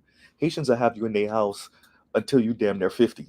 Let Like me tell you. serious. So like, Let me as tell you, long as you don't got the cops coming to their house or no baby mama breaking down no windows, and you're doing something for yourself, you're not just playing video games, scratching and sniffing. Your people will have you there, right? So listen, you can have a kid or two, but for the most part, it's yeah. Go ahead. I'm Panamanian, right? Hmm. So I have cousins, like I have second cousins, and it was like 4 or 5 of them. Each of them had like more than 2 kids, and it was all under one roof. So that's Yeah. like that's kind of what it is. I mean, ain't nothing wrong with Especially that. right now, I think people need to get up with it. I'm not saying you need to have a kid living with you 32 and they're not doing nothing with their life, right? And they're perfectly okay with their Yeah, station in life, and it's a lowly station in life. yeah. But also being honest, and that's why I'm happy that we had this conversation. I brought this up. Um, what's going on, Raj? But I'm happy we had this What's up, conversation Raj? where we can be honest about the windows, right? There was a Mm-hmm. particular window where you could kick your kid out, or you could send your kid off to wherever at 18, 19, and they not coming back. They go to college, and then they go living with a roommate, and they go get married, and they living with their new family, and you don't got to worry about your kid ever coming back to your house. I don't know if that window is still open like that anymore. No, the world is different now. Everything costs more. Mhm. It's like the cost of living is so much more. I mean, back then it's still probably like I guess there's like equivalencies, but it's so much different now where like it costs so much just to even be at home. Yeah, Mm. yeah, that's definitely true. Especially, y'all know I live in South Florida. Um, Dade, Broward, and West Palm Beach County, it's so expensive. I legitimately have friends and family that are 6-figure families, and I mean like 140-ish and up families, and they don't live in the Tri-County area no more. They done moved all the way damn there to the west side of Florida, and they drive in. They drive an hour and a half into work every day, or they live a north part of West Palm Beach County or just out of it, and they drive once again an hour and a half in to work, right? Every day. That's ridiculous. Yeah, that's how crazy. Like South Florida, bro. I'm telling you, I think they trying to New Yorkify. That's Oh a word. I yeah, just made it up. Especially Miami. So the price of housing has exploded they're in developing South out Florida. there. Hmm. There's these videos I love watch. I think it's the same like Nick. I forgot what his name. I probably should unplug him, but like he go around and do like you might be interested in watching him too, Mr. Z, because he go and do like demographics and stuff across the nation. He drive through like Put it in the neighborhoods and put it stuff. in the back chat and I'll check it out. All right, but no, I got a counter for what you said too about what you said about cost of living and stuff. It says the day my husband asked me to pay half on the rent, the day I packed my bags, and the reply was like, "Ain't go away. You came before half rent." Right. Thank you. Man, it's a whole it once again It's fucking delusional. it's delusional, but I get it. Like what you gotta remember, like I'm 35. I'm gonna Okay. be 36 in a couple months. And I remember the commercials and the TV shows in the 90s, man. I remember in the early aughts, and I could imagine if I was a young girl, if I was Mr. Z just was a girl watching that, and nobody was telling. Yes, I know the life my parents are living. I can kind of get a grasp that I'm not rich, right? I'm either lower middle class or working class. I get that, but this TV show and this lifestyle is showing me, you know, upper middle class lifestyle, and I don't even have the concept how much different that my mom's $35,000 a year job is from Ally McBeal and her 100 and something $1,000 in the 90s, So right? you mean like the impression that it left on the impressionable mind and stuff that it gave Yes, them? That's what I want. Never mind the yes, logistics and the yes. calculus to make it happen. I Hmm. want that. If you Yeah, can't give it to me, I'm gonna try to break my neck and 2 ribs to get it. Yeah. Raj, you could jump in whenever you want, bro. Man, I was about to. Go ahead. Yeah, the water clear here, man. Jump in. Yeah. Well, I'm gonna say y'all touching on it because the issue is just some of these women just want something that just don't make sense for anybody but them. I only want to get married if you can put me in XYZ type of lifestyle. But if you put me in this lifestyle, you can't depend on me to do anything for you as being a partaker of your lifestyle. So you got to put me in the lifestyle for free. You're not going to get anything. I'm not going to be your supporter. I'm not going to help you with your business. I'm not going to help you. I'm not going to lay your clothes out for work if you got a job the next day to be at. I'm not going to help you get any business off the ground. I'm not going to help you if you're in the military. I'm not going to help you even if you're young. If I'm not going to help you with your homework, even if you're still in college or something, or you go back to school for some reason. I'm not going to help you actually do anything. But you got to put me in a certain type of lifestyle that I'm going to be cool with. And my thing is, the answer should just be plain no. I mean, Broad, you stupid. Why would I? There's just no reason for me to do it. It just doesn't make sense at the end of the day. I might sound bad. I'm sorry. I might sound bad historically, but like every other day I contemplate breaking up with my girlfriend because of these ideas and this mindset that she has about shit. Where it's like, yo, I know what you want, but I'm not even there yet, yo. Like, can we get there? I would say talk. You really gotta. I'm not gonna say gorilla pimping yet. I'll say talk to her. Really sit down and talk to her and be like, babe, this is what it is, all right? And like when I talk to my girl, I'm like, this is my dream. This is the projection. This is what I want to do. You riding with me? I'm not necessarily making no guarantees though, because life is life, and I'm a black man in America. Sometimes I feel like when we have that conversation, it circles right back. Like it's like it goes back to the default. It's like we go. It's like what's that? 7 Crazy Dates or whatever. What is it? Adam Sandler was dating the chick, and like he would tell her shit, like it goes back to default. Yeah. When she something happened where she keep on forgetting, right? That's the one you're talking about.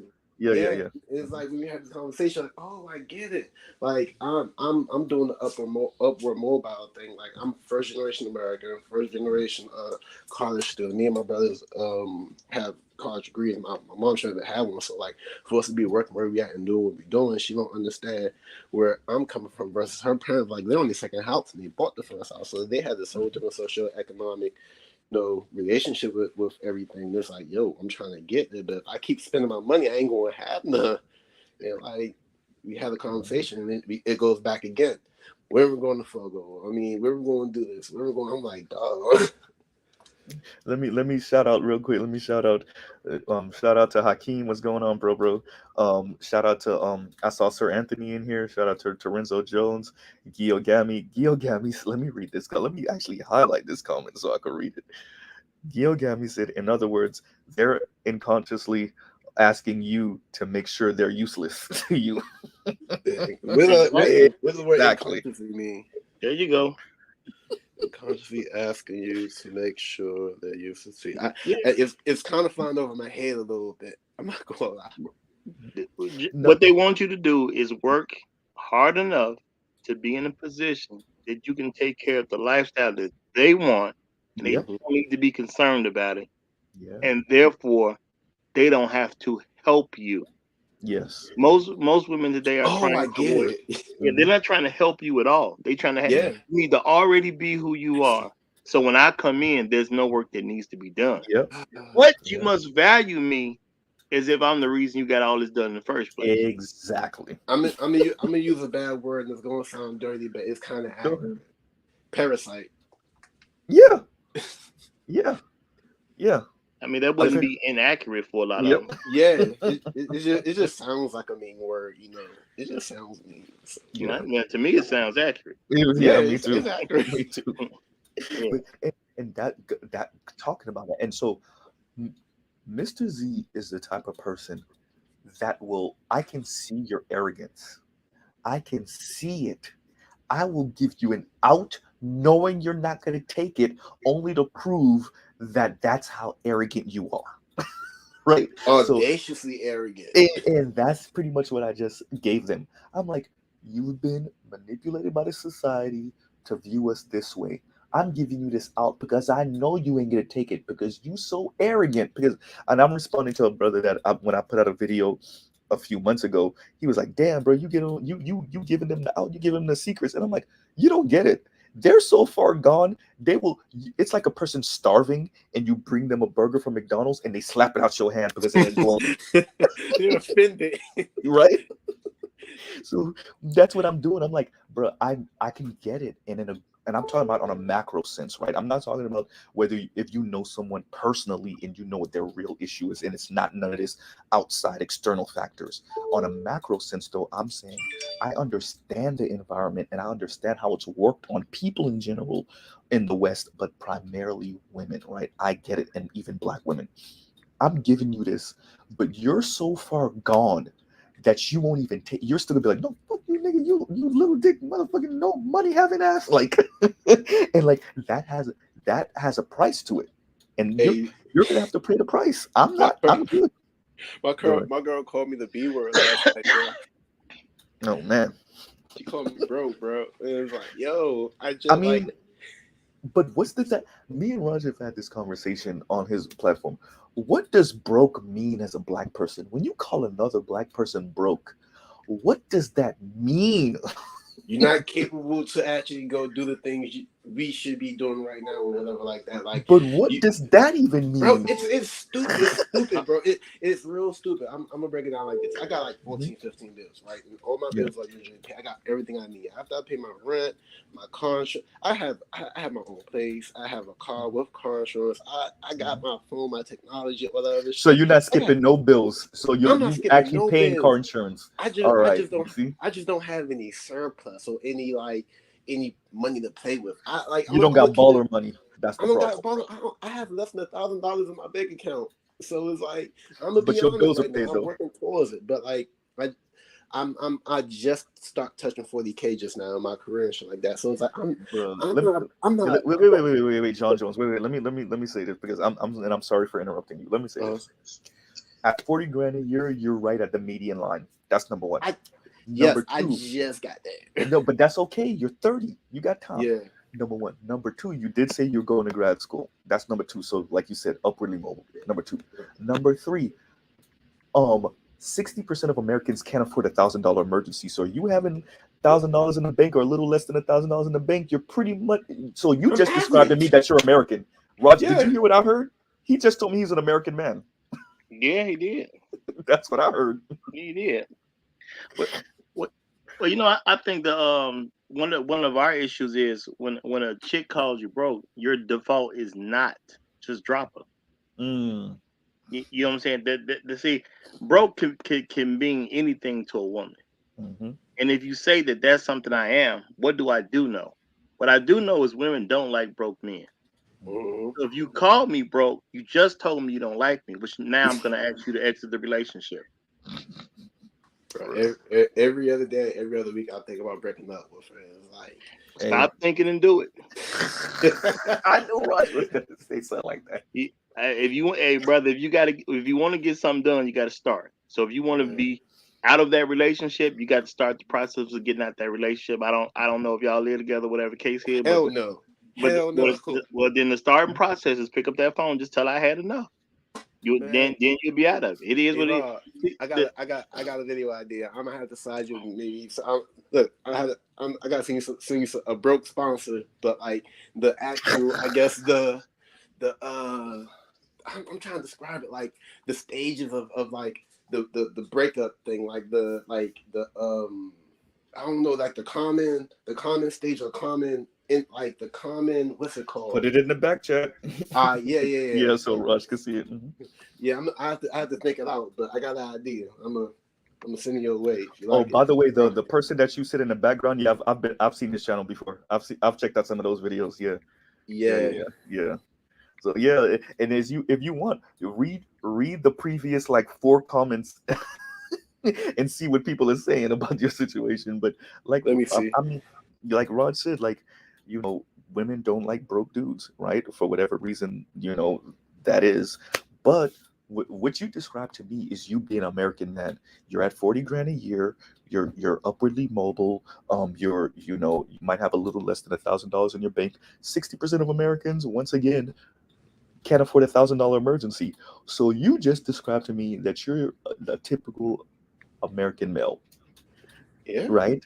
And that I don't, because I understand these macro things, right? And even before I did necessarily, I don't look down on you for that, for being a brother that's trying to make his way through life.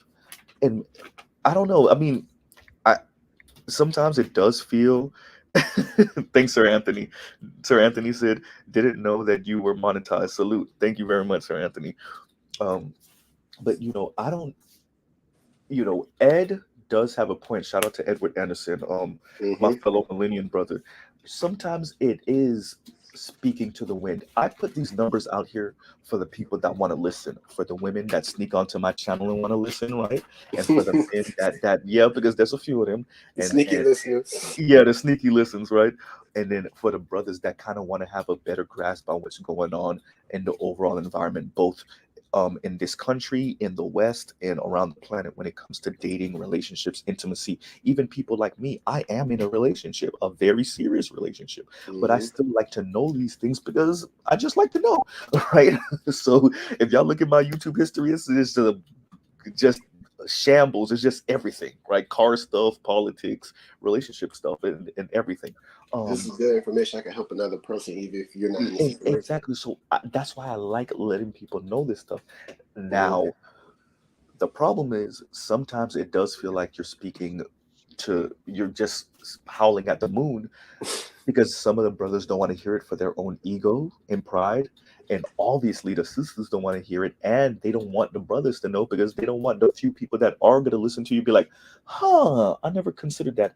They don't want those. They want those people naive. Black men need to shut up and stay in their place. Exactly. Shut up, stay in your place, and go kill yourself so that I can have this Chanel bag, right?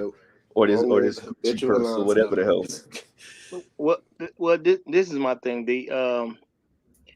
With this commodification thing, is getting out of hand. But there's other things that got to go with it. So like, John, just off of what I heard you say, I would dump that woman if I was you.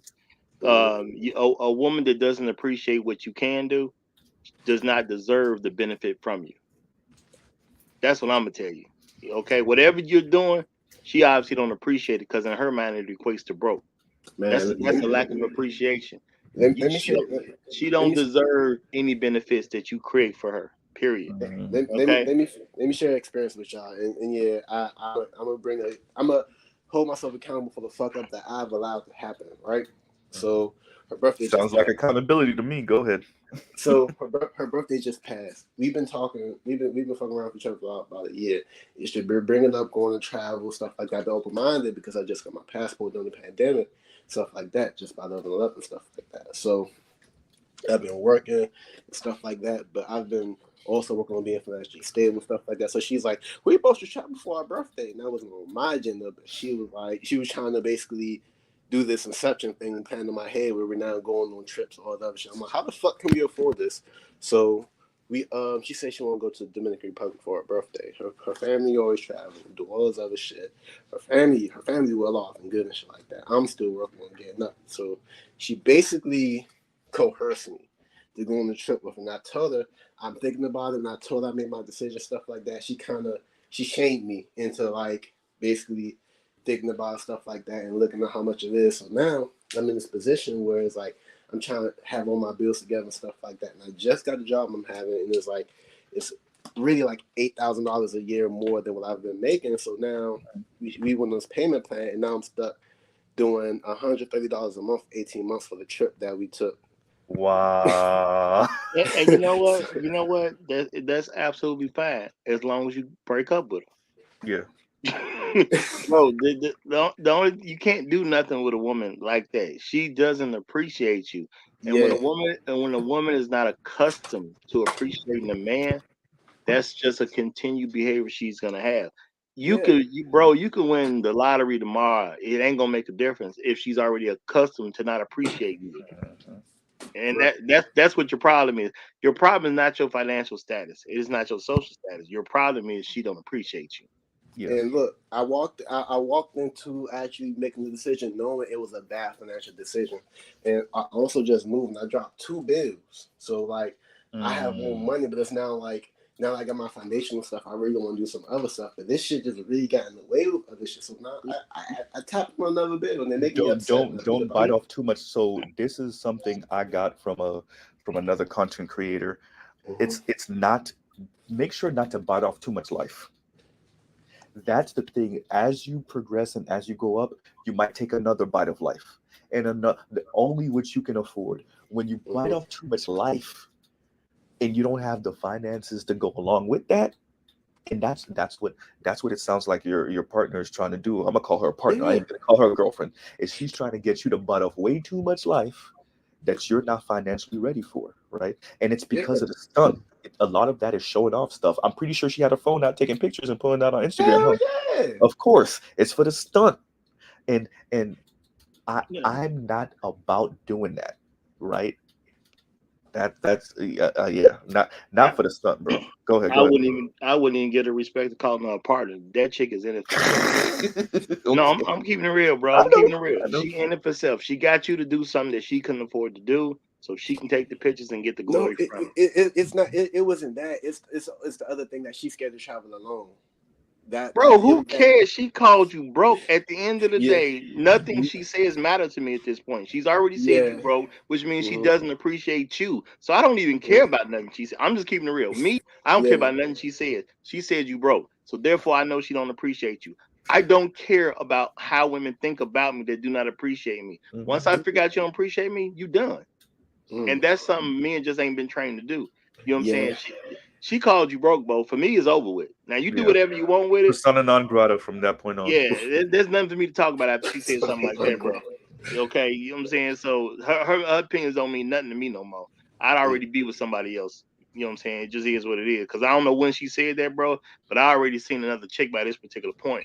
But this is part of your problem too, because of the internet. Women do actually feel that getting a man is just like picking one off a tree.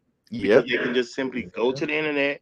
They got all these people in their DMs. They got all these websites. And what do most of these websites do? The men are approaching the women. So they do believe they're going to have an endless supply of men that they can pick from. And they don't even pay attention to the fact that they can't even land the man when they try to land. They're not even paying attention to that fact. Because many women have guys in their DMs all day long. Do they actually end up with these men? A lot of times, no. They might date them a couple times or meet up with them a couple times, but they still single at the end of the day. So they're not even landing the man that's in their DMs, yet they can't figure out that none of this stuff is working for me. So at the end of the day, if a woman tells you what it is, accept what it is. Your woman said you broke, bro, she has a right to that opinion, but you don't need to adjust to her opinion. You cannot adjust to a woman's opinion as far as something like that, because she said that's who you are. That's what you got to understand. She didn't say, baby, the car is kind of old. Can you please think about getting a new one? See, now that's directed toward the car. When she called you broke, that was directed toward you. That's a fact. What I would say is read F. Holiday's comment real quick. Let me pull it up. So put it up real quick. Yeah, you go ahead and read that. His woman hitting him if you like it. Hold on, you might as well be the dude who accept his woman. Oh yeah. I'm just saying. Oh shit, that's pretty bad. Yeah, I'm just saying. Hey, Rod, Raj told you something. F. Holiday told you something. I'm just saying, hey, man, Yeah, Charles. Look at this way. Go ahead. Look at this way. Oh, by the way, Zeke. Yeah. By the way, to the brother who's got the name of an MMA fighter. Hysterical, for real. No, seriously, that's the same spelling and everything. I know. I think a certain quote by one Bill Duke might help you realize what it is you've done. You know what I'm talking about? No, right, no. Medicine Society. You don't fuck up. Yeah, right. You know, yeah. right. Oh, Bill You know Duke. you're fucked Okay, up, right? I'm here. Yeah. Yeah, I got you. Bill Duke, I said, you know. Yeah, I'm here. Kids season I'm on. here. But you know, and the thing is, when somebody says like you broke or some shit like that, remember they're trying to manipulate you. Like if they say some shit like if you're a real man does this, that, and the third. That's just them trying to manipulate and do something they want against your own interests. Because they don't give a fuck about your own interests. Yeah. But I mean, but you can't manipulate a person without actually making an assessment of who the person is. That's what I'm saying. It's a little bit of a difference because you said you broke. Once she said you broke, she told you what her assessment of you are. She could have manipulated, at least attempted to manipulate him without making a personal assessment of who he is. Roger, I see what you're saying, but what the point I'm trying to make is brothers got to check their fucking ego because that's what they do. The shaming language, all that, it's to attack a dude's ego. For how and they think that by attacking the ego, they can attack the self-esteem, and hopefully he'll react in a way like he'll try to go out his way to prove them wrong and shit. And that's where we fall into the manipulation and shit. And the assessment does that. Yeah. Or maybe I'm just coming at it from a different angle. Or maybe I'm doing this. I'm looking at it from a southpaw perspective, maybe.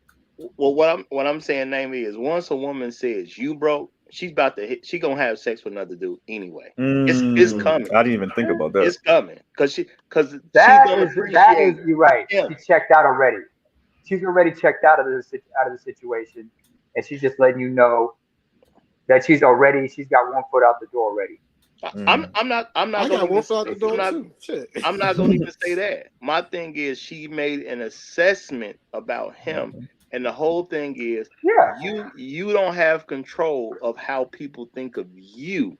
Once she told you was broke, then she's telling you how she thinks of you. She wasn't trying to manipulate the situation and leave it about the situation. She purposely made an assessment of him.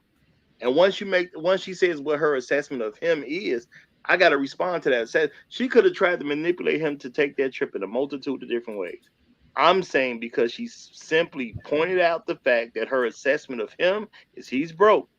Once a woman gets to that point, there's nothing you can do with her.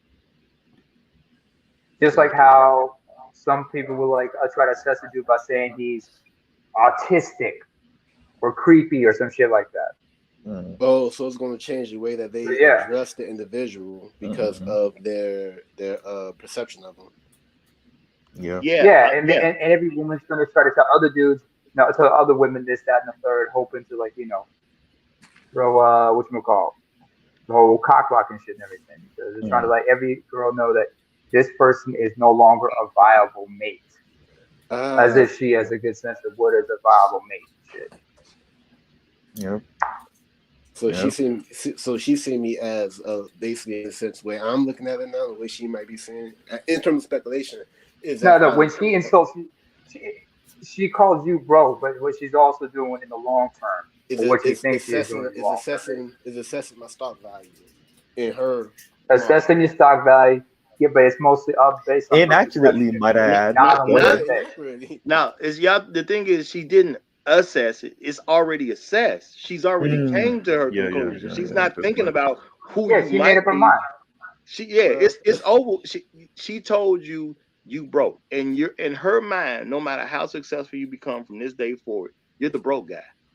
It just is what it is. Oh yeah, I already that's like a stain. So it's like it's stained in her mind. Just like that's who she see you. That's who she sees you as.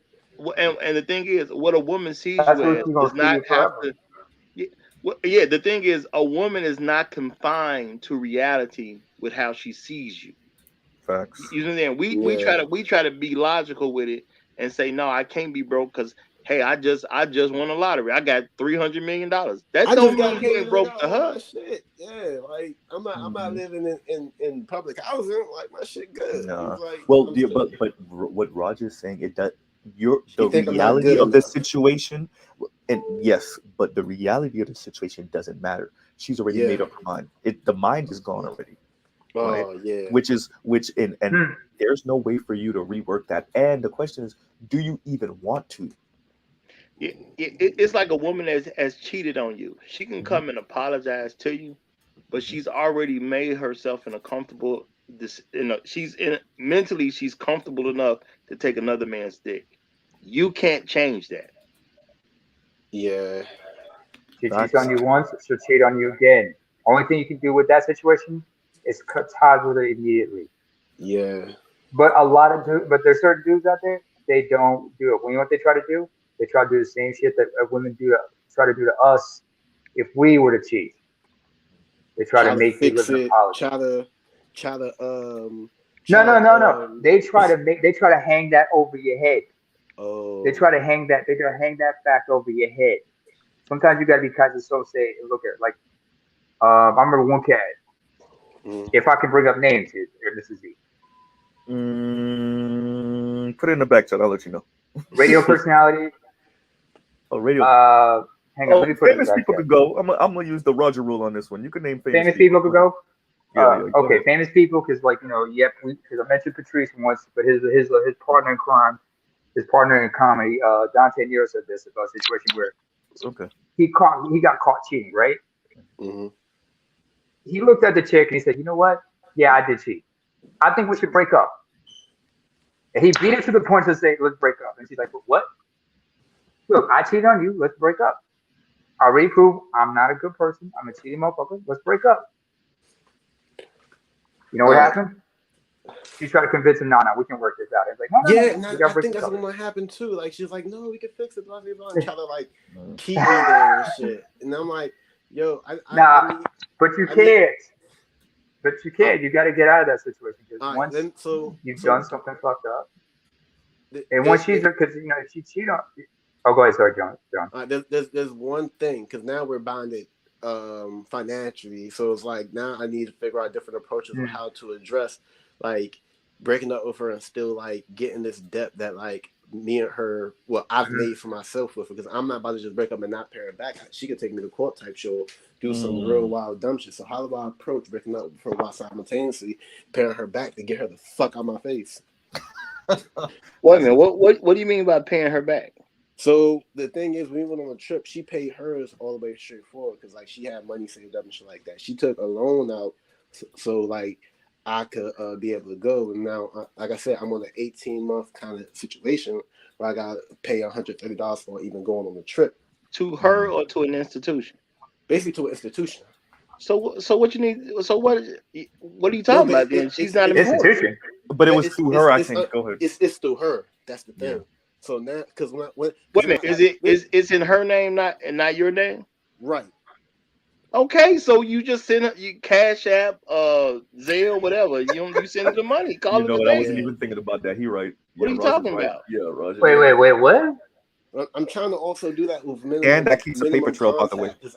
Because I know the fact she gonna try to throw the pussy on me and you're like, let me pick up the money, blah blah blah. Can we just talk? I'm trying to bro. I'm gonna tell you what you're doing right now, and it's fine. You live your life. You do what you want to do. You learn how you got to learn, bro. You're just making up excuses to stay with her. If you owe her some money, you can break up and still pay her money. Like the laws don't stop you from paying a person that you're not with. So what you're saying is nonsense at this point. I mean, you just pay the money.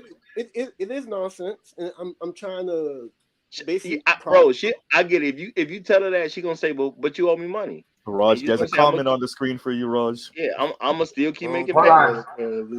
Anthony. Oh. I'm trying to make Hold on a second, a clean cut. That's what more so I'm trying to do is like break up with a clean cut. That's kind of like where I'm kind of like break up with a clean cut by giving her a phone call and you tell her, look, you know what I'm saying? I think it's time for us to go our separate ways. I know I owe you some money. I'm still gonna pay you. It's all good. That's it. That's it. You made it simple. You made it sound simple. Will it? Yeah. Yeah. No, it is that simple. Yeah. What's she gonna do? Sue you over the money you owe her? By the time she's ended up suing you, you're gonna be already made payments anyway. Nobody's gonna care. Charles, that's not exclusive to ADOS men. I think that's just a black man problem. Yeah.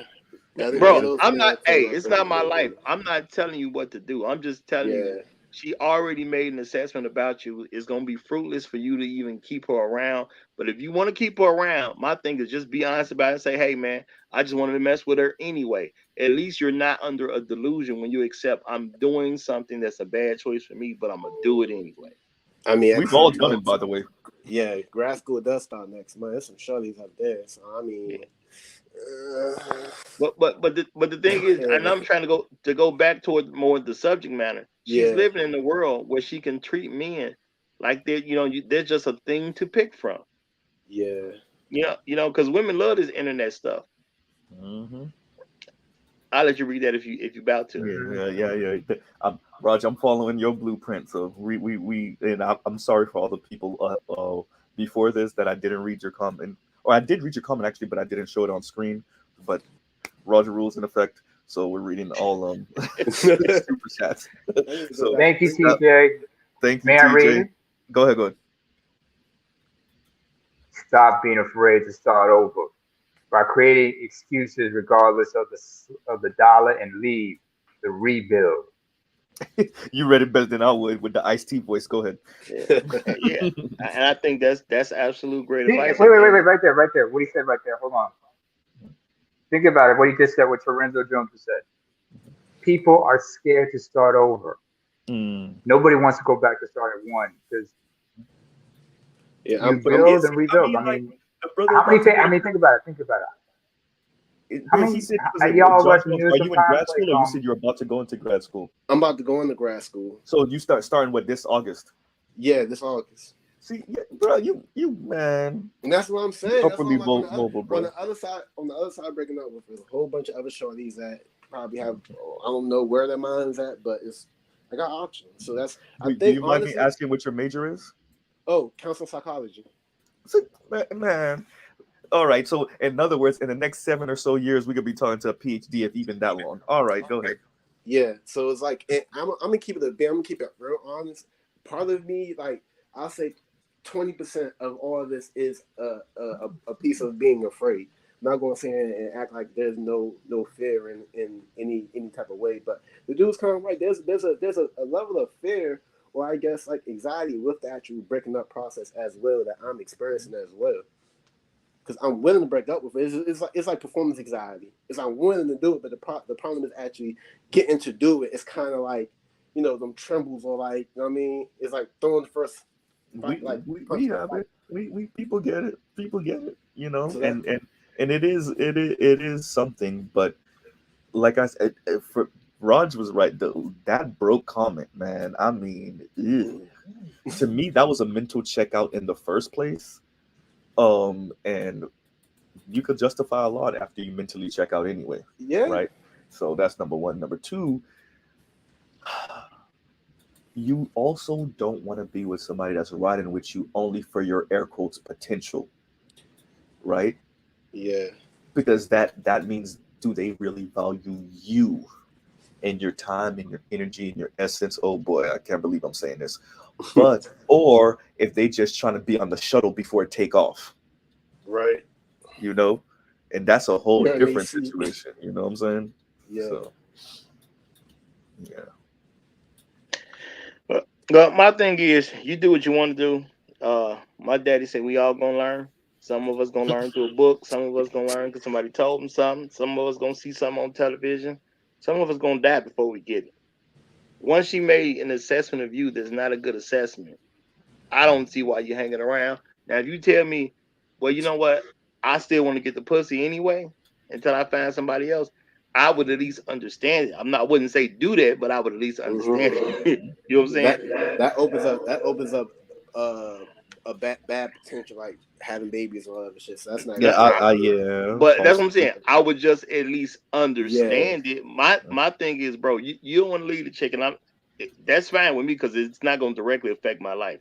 I get it. You don't want to leave the chick, but my thing is, bro, that's on you. At the end of the day, when bad stuff happens, remember you knew better. You just chose not to, and a lot of us choose not to do things at certain times, even though we know better. I've done it myself. You know what I'm saying? The most successful people I know have done it themselves. But the thing is, just accept the fact that it's your decision to make a bad decision that ain't gonna work out in your best interest. So when the consequences start rolling in, you ain't shocked. Yeah. Let me read this real quick, y'all. Tampa Bong. The sunk cost fallacy is ruining ADOS decisions. What did that mean? I'm not sure. What does sunk cost mean? Can we get a reference to that? So, you know. Yeah, that's what happened when you start hanging out with these Ivy Leaguers. Right? We got to look up stuff. For real, right? I don't know either. Yep. But Google that. I mean, Google yeah, that. right. I mean, we Sunk Google cost it fallacy. while we talk What, about is he learning low-key something. hating Florida? Wait, say again? You think he's low-key hating Florida? He said the sunk coast, right? Oh. The sunk coast fallacy? Sunk cost fallacy. Oh no, we're Googling that right now. Oh, this is good. Costs that have already been incurred by past actions, they cannot be recovered. They are not relevant to future decisions. Yeah. Oh, so I totally get him on that one because the way he said it at first, I thought she owed him money, and I would have said that that's burnt money. You ain't gonna never get it back. Don't worry about it. But if you owe her money, you in control of that. So just break up with her and pay her back her money. Yeah. And pay it the way you want to. Yeah. It's not in your name anyway. Yeah. You know. Now I wouldn't be shady with it. I would do what I was already doing because what you put out into the world, you can expect it to come back to you. So you said something about like $130 payment a month. If you've already been doing that per month, just continue to do that. Yeah. But track it so you know when it's over with. Yeah. Don't depend on her to tell you when it's over with. Be at least honorable for my own good. Yeah, you be honorable for yourself in your life. Yeah. Yep. Stop being righteous. Super sticker, Y Skinner I mean, John. Real quick, name go it ahead. Y Skinner Man Cave. Super sticker, $5. Thank you, sir. Thank you. Jeez, people like me, y'all. Oh man, I'm famous. My mom made it. Keep on going. I'm playing with y'all. Let me get this other one up too. Hey, John. Yeah. Wait, real quick, Neyman, let me get this other one. Sunk cost effect is the general tendency for people to continue an endeavor or continue consuming or pursuing an option if they've invested time or money or some resource in it. Is it the you know what I'm thinking of when I read that? It's the God damn, I'm trying to get Gambling it. addiction. Remember, it's kind of the money pit. No, when you fool someone or when you trick someone and they're so invested in the trick that even when somebody tells them, "Hey, that was a trick, right?" But they're so invested they don't let it go because they're invested now, right? Yeah. It's like when you sleep on someone. Yeah, go ahead. Well, a woman to tell you that she with a horrible guy, and you'd be like, "Well, why don't you just leave the guy?" Well, I've been with him 3 years already. What the hell they got to do with the fact that he's a horrible guy? No, she just want to stay because I've already been. So nothing's coming from it. Or maybe it's, like a person owns a business. The business is losing money year in, year out. But you want to hold on to it. Ain't nothing about to change if you ain't going to make no changes in the business. Yeah, it's like holding on to good times. And there are people that will hold on to something till it absolutely is taken away from. For better, for worse. So that's how I'm interpreting based on what he's saying, based on what you read when you Googled it, that you're basically just wasting more time, money, and energy on something that's not going to give you a return, or at least an adequate return. Yeah. So that's what that woman is to you, basically, John. You know what I'm saying? That woman is not going to give you an adequate return, and she lives in a world where men can be seen as commodities. She can just go on in and pick another one because that's what's going on in her mind. Yeah. You see how Raj tied that back in? That's a host. That's a host. You see that's that? art. That's an art. That is really an art. For real. But I mean, but what Raj said is 100% true. She sees you as a commodity, and she might not even realize she sees you as a commodity. Regardless of the fact, she sees you as a commodity, and so you're interchangeable with a bunch of what Beyonce said to the left. right? Yeah. You know, like there's another you in a minute. There'll be another you in a minute. Like that. That It's is I a can get real another archetype you in a minute. Matter of right fact, here. he'll be here in a minute. You it's see? like a collective unconscious decisions and behavior. She's like it's like she's acting on things that she probably not even aware she's acting on, so she don't even see it for what it is because Yeah. to her it's whatever. It's like, what are you talking about? You know what I mean? Yeah. No, that is a thing. Excuse me, John. Yeah. John, What's up? let me ask you something. Do you understand the concept of the ends justify the means?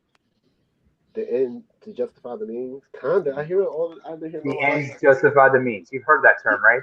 Yeah, I heard it. Okay. Look at it this way. I mean, somebody wants to explain that to me. That when it comes to women, they're from moment to moment emotions. So basically, anything what they do now has nothing to do with what they're going to be at in 5 minutes. Because whatever they do, it's a means to an end.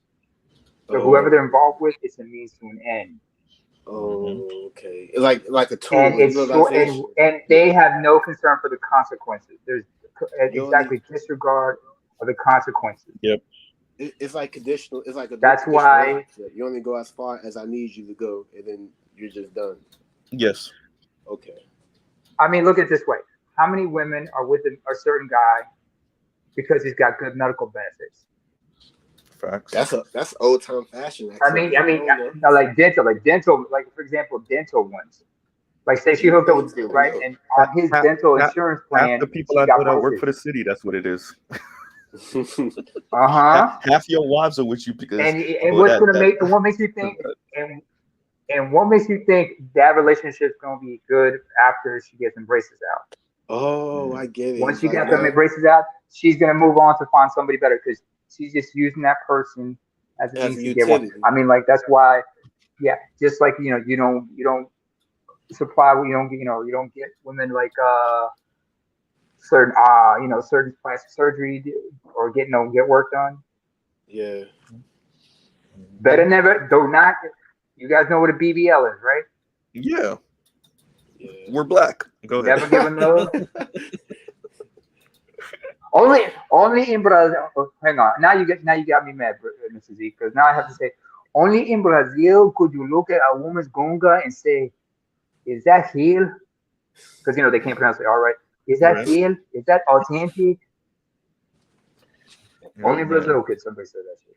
Yeah, man. I think Brazil is top 5 plastic surgery countries in the world. They used to be number 1. They might be number 2 or 3. Lebanon, Iran is another one. South Korea. South Korea. Ooh, don't get me started. Don't get me started. For the eyes, for the double eyelid surgery. Hey, Jada, over here you got to bulldoze your way in, just so you know. Yeah, I'm like, over here you got to bulldoze. I was going to introduce him, but come on in, Jay. Well, I mean, it took you a while to introduce me, but I was actually preoccupied, and you just didn't know it. Go ahead, Jado. You free to speak whenever you're ready. I don't hear nothing. Jado, you there? He muted it back up. Okay, I guess when you're ready, Jay. But yeah, he unmuted. Go ahead. Let me see if I can hear you. No, we can't hear nothing. Well, I can't hear. He probably did what I did. Went on the YouTube browser and then didn't open up the actual Safari or some shit. Cause I'm on the tablet. That's what happened to me the first time. Like I clicked the link. I clicked the link and it opened to another but it wasn't necessarily a Safari or whatever. So you have to click the little compass and then go in. So it's like a 2-step kind of process. Talking about that, let me actually put this up for anybody else that wanna give me 1 second. Because I want to make sure. Go ahead, y'all can keep on talking. Oh yeah, you're good to go. But like I said earlier, John, it's a mean. Understand that the operator of the means is means to an end. I mean, there's something called Briffault's law. Yeah. You ever heard of Briffault? Read that. No. There was a 3-point addendum to that as well. No, because the 3-point addendum. Oh, go ahead. Oh, go ahead. No. Go ahead. What do you want to say? No, I was saying the funny thing is, me and her talk about like marriage and all that other stuff, and family and all that other stuff, but then it's also being countered by basically the current situation at hand, where it's like we're looking forward trying to like make all these ideal things happen, but what's going on in reality and stuff like that, and I guess how things are right now is kind of like making those odds kind of slim. Well, bro, at the end of the day, when it comes to a woman, she has to choose to be with you by one of two things. She's gonna choose to be with you because of herself, or she's gonna choose to be with you because of your conditions. You got to ask yourself, which one do you want to be with? You want to be with the woman who's choosing you due to conditions? Because the one that chooses you due to conditions can always change. I'm not even saying your condition would change. She may just happen to meet a man that she believes has a better condition than what you have. And then she may jump ship with that particular guy. So to me, the only woman worthy of anything is the woman who has already picked you herself. She's committed to you, period. It doesn't make a difference what your situation is. And women can do that. You see them do it with bum niggas all the time. The nigga will end up he'll be in the game, get up caught up in the streets, and now he about to do 2 years in prison, and she gonna be faithful and sit there and wait for him to come out. I'm not saying at all. every woman do that, because there's some who's gonna cheat No, so that she gonna be get cheating, locked man. up. But I'm saying there are some women, even in the worst conditions, and this nigga got to do a 2-year bid, she gonna keep her legs closed and she gonna rock with whatever that nigga has to deal with because she picked him, period. You need a woman who's gonna pick you, period. Not a woman who's gonna pick you over a situation. Yeah. True indeed. We're talking like a 50 Cent 21 question kind of scenario, huh? I can't believe I brought that song. It don't really make a difference what it is. It's just women simply pick a man that they're gonna be with for life, and there's women who pick men that's gonna be there for a situation. And when the situation changes, she gonna change. Just is what it is. And with the weather. Yeah, she even that's why you still have like older people who still with somebody, they've been together for 30 and 40 years, because they picked the man due to him. And they said, regardless of what he has to face, I'm going to be with him, period. And then you have a lot of younger women nowadays where, number one, they don't get married in the first place, a lot of them, or they can't even stay in a marriage for more than 5 years because of what? They worried about situations. And that's why I'm also being apprehensive of, because I'm like, if we do get married, stuff like that, how long is shit gonna last? I don't want to get into something and walk off with divorce. You got about 3 years coming. More. Exactly. And I'm saying, if you get married, you're gonna be married for about 3 years with her, and she's probably gonna be out by that point. Right, and I don't want that issue either, because divorce costs money, and I'm trying to prevent fucking up my money in the future. You can't prevent that with her. That's she is who she is, bro. I mean, not just with her. I'm just let me give you an example. My decisions. Hello. Yeah, I got Go ahead. You good. Go ahead. First of all, thank you, F Holiday, for the $10 donation. Like you said right here, get a substantial raise. Yeah. She'll get used to it and call you broke again. If you go the distance to marry her, she'll take in a divorce because she's bored and you're still broke to her. Yeah. Yeah. Let me give you an example of what my situation. I'm gonna give you what my situation was like about over a decade ago. Now I live in Europe, right? I live up in Scandinavia, and I was. You're breaking up a little bit, Naaman. I don't know if it's me or you. Can you guys hear me? Okay. I can hear you. You're. We can hear you, but it's coming in and out just a little bit. Keep on going. I'll let you know if you go on. All right. My situation was like this. I was like involved with somebody for about 3 months, and this was in the first year I was where I'm at, and I was still, getting my paperwork sorted out, my residency and everything. And she looked at me and said, like, you can always stay with me. It'd be a lot easier. I looked at that and I had to weigh the costs, the pros and cons of that, because for me, I would have waited, like, instead of having to wait 7 years, I could have fast tracked it to 3 years to gain citizenship and everything. But there was a lot of things that come along with it, because then I want to be a legal dependent of hers. And I said, no, I can't do that, because I don't want to put that on you. And I already knew if shit does not work out, I could end up in a more troublesome situation, so to speak, or more precarious situation with my paperwork. So, but thankfully, by By the end of that year, got my things sorted out in 2016. I got my citizenship. And I've been good ever since. But I realized, I could not be with that person given the circumstances at that time. That would not have been a good situation for both of us. We were even pretty messed up. And at that time, I was still dealing with my own head issues. And I did not want to complicate anything. Thankfully, I didn't get nobody pregnant. I'm going to tell you that much. Yeah. I did not. I'm sure she wanted to have a baby by me, but I said no. So it was not the best situation to be having that kid. You're not. No, we broke now. up. Right.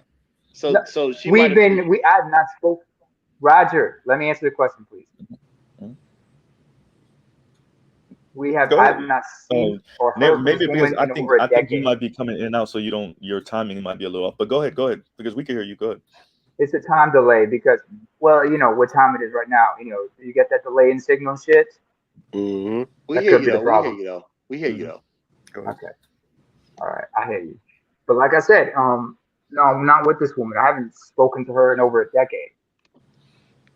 So yeah, so I'm good. Well, although I sometimes think, what if? But I'm over it.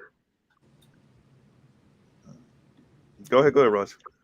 Yeah, Jada, you can jump in whenever you want. The thing is, yeah, she may have offered him that, and that could have been a control situation for her to have control of what's going on. But she didn't actually pick him. That's why she's not with him now. You see what I'm saying? Y'all, the thing is, men got to learn the difference between a woman who will pick you due to a situation versus a woman who will pick you because of you. And at the end of the day, I know some people be like, well, you men just want to be desired. It ain't that. The thing is, a woman's going to be who she is, and y'all got to respect the fact that she is going to be who she is. So at the end of the day, with the fact that she's already can make these decisions on who she wants to be with, and then now in her mind, choices are infinite in men, because they act like every man who gets on a dating site that she believes she has a shot with each and every one of them. You know what I'm saying? In reality, what kind of shot does a woman have with these particular men? If you say to just have sex, maybe 75% of men on a dating site that she actually could possibly have sex with. How many men could she get a relationship with? Maybe that drops down to 50%. You're talking about a marriage, maybe that drops down to 10%. Everybody, just because all these numbers is in front of you, don't mean you can get any of them. Because men think about things in different ways. But when you view men as this commodity that you can always replace, and I've told y'all before, I don't deal with women off the internet. See, I already know a woman that I get from the internet is already thinking he's extremely easily replaceable, because she's now into this new internet phase that I don't even understand why men are even participating in, because every time I hear something about it, it's not a good thing for men. So if women are always picking these certain particular guys first, so that means I'm always second, third, fourth, fifth choice. Why would I put myself in position to be second, third, fourth, and fifth choice? I'm not mad at any man who do it. I'm just saying, when I examine that, what's the point of it? Facts on facts. What's going on, Hot Sauce? You can speak whenever you want. Jado, you too. Okay, salute to the chat. How's everybody doing? Just chilling. Sunday night, Monday about to happen, but I'm just listening to Roger drop facts. I got a co-sign, man, right? I mean, look, man, I'll tell you what a good friend told me. America dropped two atomic bombs on fucking Japan, and when the GIs came over there, those Japanese bitches opened their legs and gave birth to half-breeds. So bitches ain't loyal, point blank period. So because I mean, if you can drop a bomb on their fucking grandfather and they still suck your dick, that's all you need to know. I'm saying. Right, so that's the right. Well, I mean, shit, you got. I try to make it relatable, and so if they suck. Yeah. Real quick, Jado, you want to say anything? It wasn't just Japanese. Oh, sorry. Well, go ahead, Jado. Hey, no, appreciate that. Thanks for having me up, Mr. Z. Salute to everybody. Real quick, I'm co-signing what Roger's saying too. Like, you have to be. Give me a second before I bring you up. Go ahead, Jado. Oh, no problem. Yeah, you the brother, is it John Jones? Is that John Yeah, Jones? yeah. Yeah. So Brother, can I ask how old are you? I'm sorry, I I missed turned some of this. I turned 30 next month. Oh, 30. Okay, so you getting up there a little bit. Yes, man. These women pretty much, they tend to get us emotionally invested into them while they're looking at it as a business decision, man. You have Right. to look at it as a business decision. Simple as that. Unfortunately. So, and if me and Say it you are again, in a Joe. business, if me and you are in a business agreement, and maybe in the beginning I'm providing a product for you, right, and you're buying Mm-hmm. from me and I'm supplying a product for you, and the Mm-hmm. product is going well, we're doing good business with each other, but at some point I stop providing a product that you've been buying the whole time. Maybe it's a defective product or something like that. What Mm-hmm. do? You have to take the emotion out of it and end the business deal. Simple as that, man. And I don't know. Yeah. A lot of gentlemen get involved with. I don't know, man. I heard you say something about the anxiety with breaking up and a money issue. Now I know those two things should have been dispelled by now. But are you worried about like a dry spell, or a lot of times Nah, I'm brothers about be to go to thinking, grad school next month. It's about to be jumps everywhere. I'm about to all right, bro. Well, that should be a real simple and easy decision for you, brother. Like, yeah, I don't know if you have some emotional investment that you're not telling us about, which we I, can understand. I, Hmm. I think a big component of it is the emotional aspect of it. I'm not going to sit and act like I'm like a hard rock or something. Like I'm a human. I got emotions and shit. Absolutely. I think a lot of the apprehensiveness is emotionally driven. I'm trying to hack that as well, so I could get past that and the actual, I guess, the fallout part about it. I guess, motherfuckers be sad for like the next 2-3 weeks after the breakup or whatever the hell goes on and stuff like that. It might be longer than that, but you got to deal with it. That's just part of life. Absolutely. That's And just a lot something of that times, comes with the territory. they'll drag you into it. I mean, we all say and we all know that women are more emotional than us, but actually, man, during these relationships, man, they get us emotionally invested, brother, and they're looking at, again, it's a business for them. They're looking at you like you are a commodity, man. You're an object, man, something to get resources from, man. I'm So a money you have to look generating at it like that. machine or something like that. John? Absolutely, man. Let So me interrupt. yeah. Commercial break. Like, share, and subscribe. Hit that super chat if you don't mind. And there we go. Keep going, y'all. Keep going. So John, What I wanted to say was, let me I just Hold on want a to share second. some information Go ahead, just real Otto. quick. Because I mean, at the end of the day, bro, you're 30 years old, so you're extremely young, right? You're really young. So I mean, it's reasonable. You put time, money, effort, and resources into a relationship, and at the end, it doesn't pan out. So it's reasonable to be upset. It's reasonable to be a little bit disshuffled. But at the end of the day, man, you have to look at it this way. If she didn't value your love, your attention, your resources, the things you poured into the relationship, you poured into her, then you also have to think that, okay, she's not worth it. Because at the end of the day, you can be heartbroken, but you cannot have low self-esteem, because low self-esteem will cripple you, right? Because I mean, at 30 years old, man, you still have the whole rest of your life. You're not even in your financial prime yet. You're not in your career prime. You're just getting started. And I know it's tough because he left, but if he's still listening, I know it's tough No, because I brought him down a little bit because I wanted to bring Temple Bond. Jay Jones, if you don't mind standing back a little bit, because Mr. Z doesn't have the 10 people stream up yet. I have the 6 people stream, so I gotta like juggle y'all. I'm gonna work on that after this stream. What Art New Style say? Budget cuts. Go ahead, y'all. Go ahead. Yeah, so I'll just finish up with that. But at the end of the day, man, feel your feels, get over it, because also it takes men longer to get over a relationship than women, right? I mean, she's probably on some other dick right now, but it's going to take you longer, but it's okay. It gets back. No, I'm serious, bro. I was in a relationship for 4 years. I was engaged for a year. This bitch had another dude within a month. I didn't even date again for another 3 years. Good for her. Hey, Yeah, bro, man. Because I put a lot. Man, when they say the game I put is money, the game. Bro, I put money down on the wedding. I did the negotiation for the dowry and all that shit, man. Brought a nice ass ring. all that shit, right? And this bitch within a month got some new dick. So, but I learned my lesson though. I tell you that much. That But shit you will know never what? happen. You know what? That emotional thing that the brother John Jones was talking about. It's really somebody mentioned it before. It's our ego. It's the realization that bitch don't really fuck with you.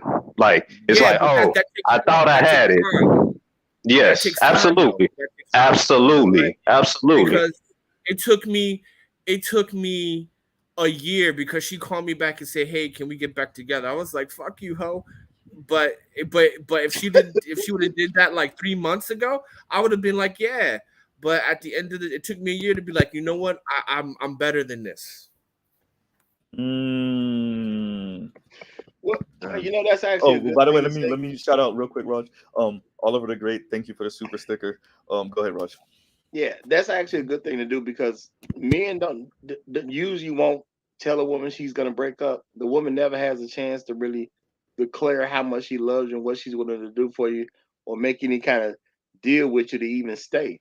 They don't even care. You know what I'm saying? Because they never have to because we don't put them in position to have to. If he go and tell her, look, you know what? It's been real. I appreciate it. It's not that I don't love you. I'm just ready to move on.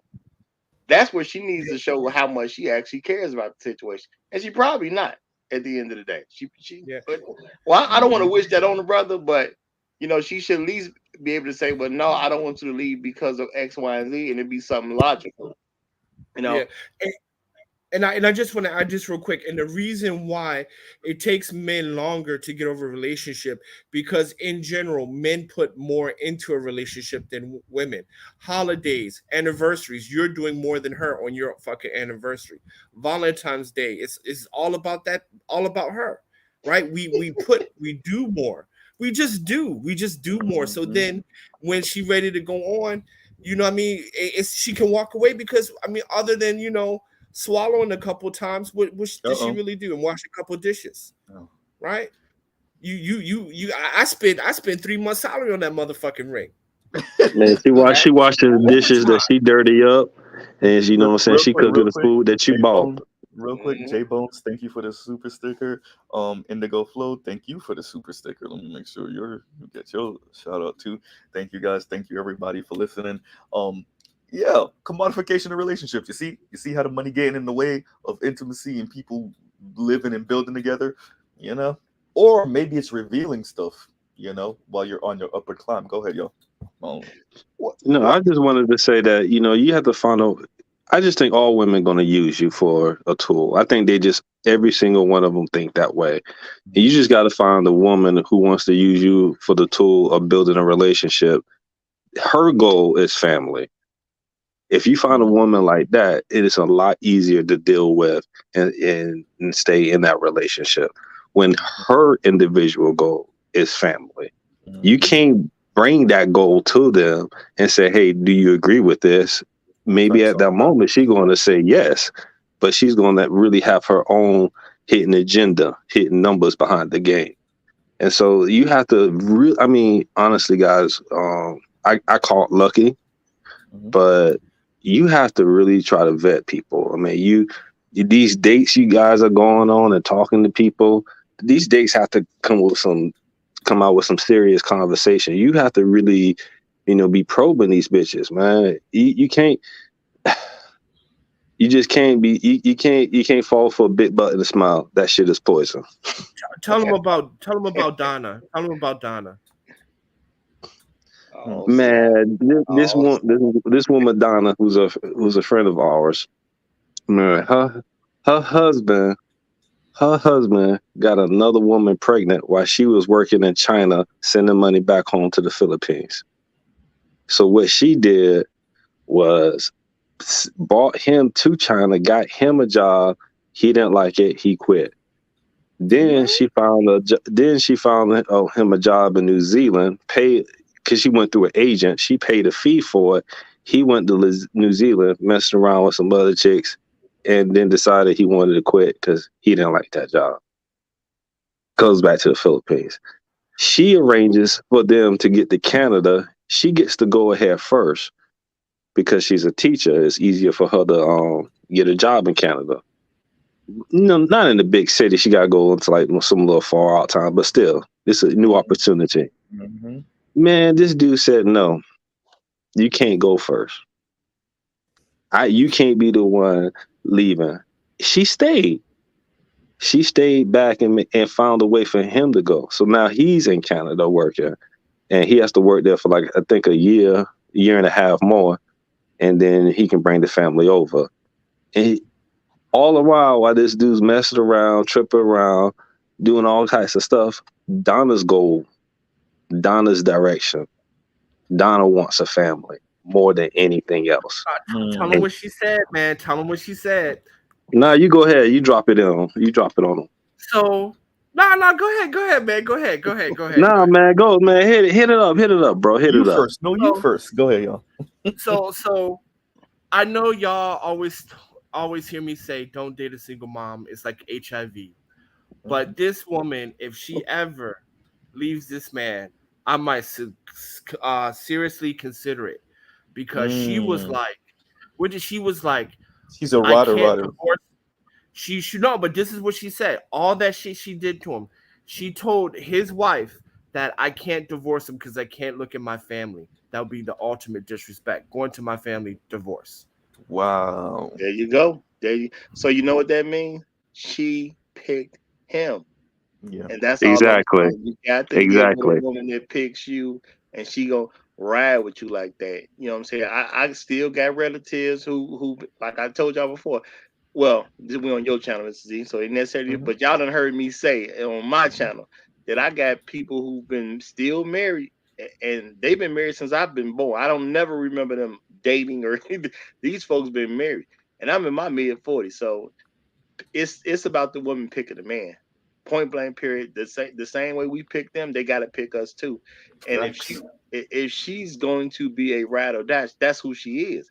So pick the one that is that. It's just a lot of women nowadays they're not asked to be that. We don't even ask them if they're ride or die women, and we don't pay attention if they're ride or die. And they can do little stuff like call us broke. I wanted to speak on that. What the Roger report was just saying. Even if you by ask the way, them if we got they're like 20 minutes, everybody. I'm gonna turn it off at the 3-hour mark. Y'all got Mr. Z for 2 hours and 45 minutes so far.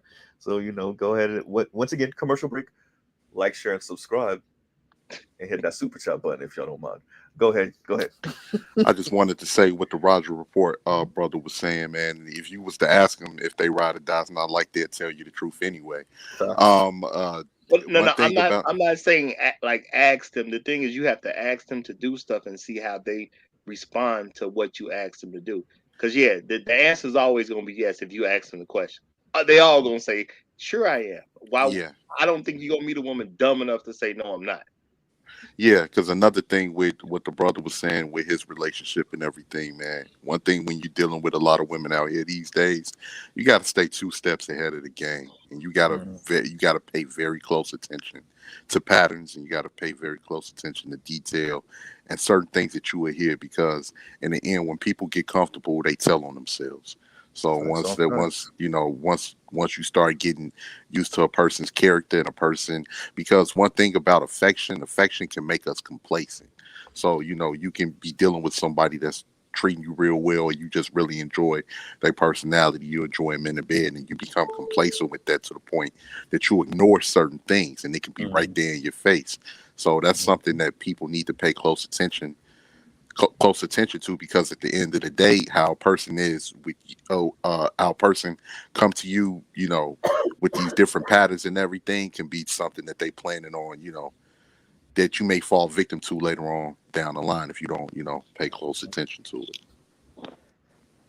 And the truth about shout out to real quick, Oliver the Great, shout out for the super sticker. All right, go ahead, y'all. I was just saying with the vetting, and I 100% agree with the vetting.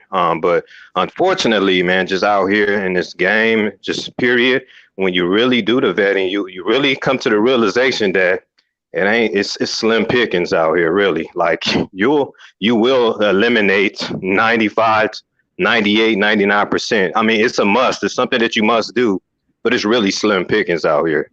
But that's why I encourage all brothers, to go ahead and grab that passport and go where the fish are. Any sure. good fisherman fish where the fucking fish are. And in America, yes, you can pick up a girl. Yeah. But the pickings, like you said, are slim.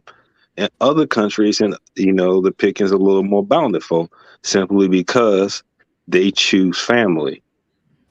And so when they choosing you to build that dream of family. Hey, brother, let me jump in. I've been man, go all ahead. over Asia real quick. I've been all over Asia recently. I was in the Philippines for quite a few days, not about a month or whatever. But I'll say this, man. I'll say this, and I'm preaching it. I agree. Get your passport, man. Expand your options. But man, a lot of these chicks, man, their idea of family is changing over there too. I'm not saying don't explore that option. Absolutely explore. I'm exploring it. You know what I'm saying? But even man, they're being corrupted too. And I'm saying there's still some strongholds. And even then, you still get a better quality of woman. I have to say that. But man, a lot of times, man, they'll get pregnant, have some kids, get married, and then when they get tired of the dude, they'll get rid of them. And they think the next best thing is right around the corner, so they can be free to explore their sexual liberation, basically. So just to be clear on that. Yeah, but I don't want to push back too much because I do agree with that. It is changing. I think they're about 20, 30 years behind in the how the virus of modern feminism has affected. That's all I just want to say, man. I do agree that it is there, but I don't think it is spreading, but it's not there to that certain extent just yet. Absolutely, I actually kind of agree with that. I agree with. I think because this is a mindset, right? Going back to the subject too, you deal with the commodification of human beings, right? So you have protector provider concept plus commodification plus the internet plus this kind of second wave on up modern feminism, and you put all of that in the same stew, man, that's a recipe for disaster, right? I do think there's a way to fight against this, but I got a quick question. Go ahead. No, I just wanted to say, Mr. Z. Go ahead, brother. Go ahead. I just wanna, and you guys should make sure you like and subscribe because what I'm about to give you is the foolproof plan of how to get a woman despite the infection of feminism being spread around the world. So I got a homeboy in Chicago. I'm not gonna mention his name, but he talked about going organic, and basically, he came up with this plan to go to countries where the women still got bones in their lips and ears because they have not been affected by feminism. So you go there and get yourself an organic hoe that sleeps in like these mud huts and shit like that. You are straight, my dude. You are straight. So the key word for the night hot sauce is bullshit for real. Though. Go ahead. So you mean like you mean like fufu off of Raw? Eddie Murphy stand up. You want to get but you don't move her to America. Don't move her to America. She will get infected. Bro, you move her to America because she speaks a language that has been forgotten for hundreds of years. I'm talking about driving down the Amazon River where they're shooting blow darts at your ass. Go there, pay some money, and put her on your back and get the fuck on. You see what Artisan said? He said, "You cannot bring her back here." Well, I had a question for Mr. Z. I joined in the live, brother, because I had to ask you and everything. We've had conversations prior to this before. What do you see a lot of this divestment content going now on YouTube? It's times get tough, and with recession and everything like that. I had the opportunity to listen. Both of the subjects. Okay, go ahead.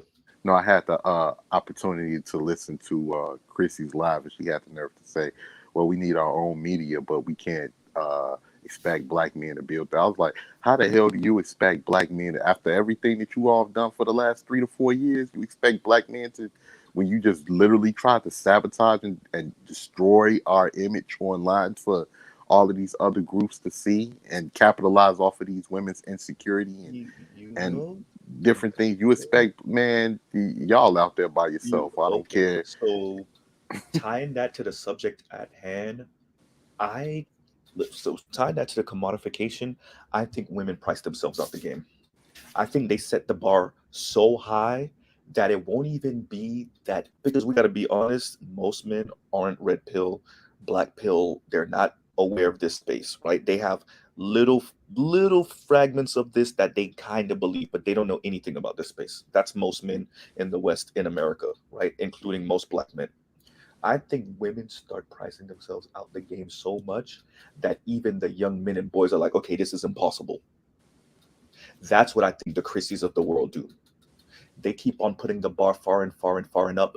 And so when it's no longer $20,000 a year dudes that are dusty, it's $70,000 a year dudes that are dusty, $100,000 a year dudes are dusty, $250,000 a year dudes are dusty. As that bar go, and I'm being hyperbolic with my explanation, but for a reason. As that bar goes higher and higher, they price themselves out the game, and then you do have the a la Lesbo situation going on. And that might sound, now that part I'm not necessarily being so hyperbolic on. You do have neighborhoods full of women that mess with other women, and maybe one or two dudes go in there, do what they do with those women, and then dip out. And that is not that far-fetched, because if the game is, if I can't be with the uber baller dudes that's mainly white, if I can't be with them, then I don't want anything else. If that's the game, then you have to understand that that's a sliver of people.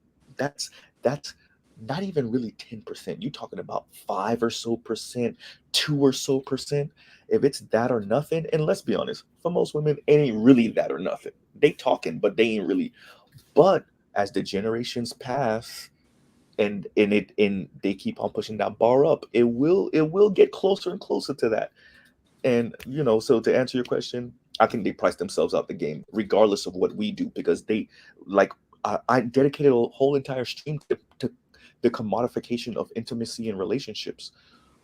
There's a couple of black women I've seen that have kind of gone in this general direction of conversation. But for the most part, we're not trying to listen to those women. That's number one. Number two, addressing Chrissy in that whole we got to create our own media thing. Let her try, right? It's going to be interesting to see what a black woman empowerment media that spends all of its time defecating on black men. Let's see how that goes in mainstream. I mean, I think white people will mess with it, but not on the nose like how sisters are now. They're way too on the nose. You got to have some type of couth for the white people to fund you.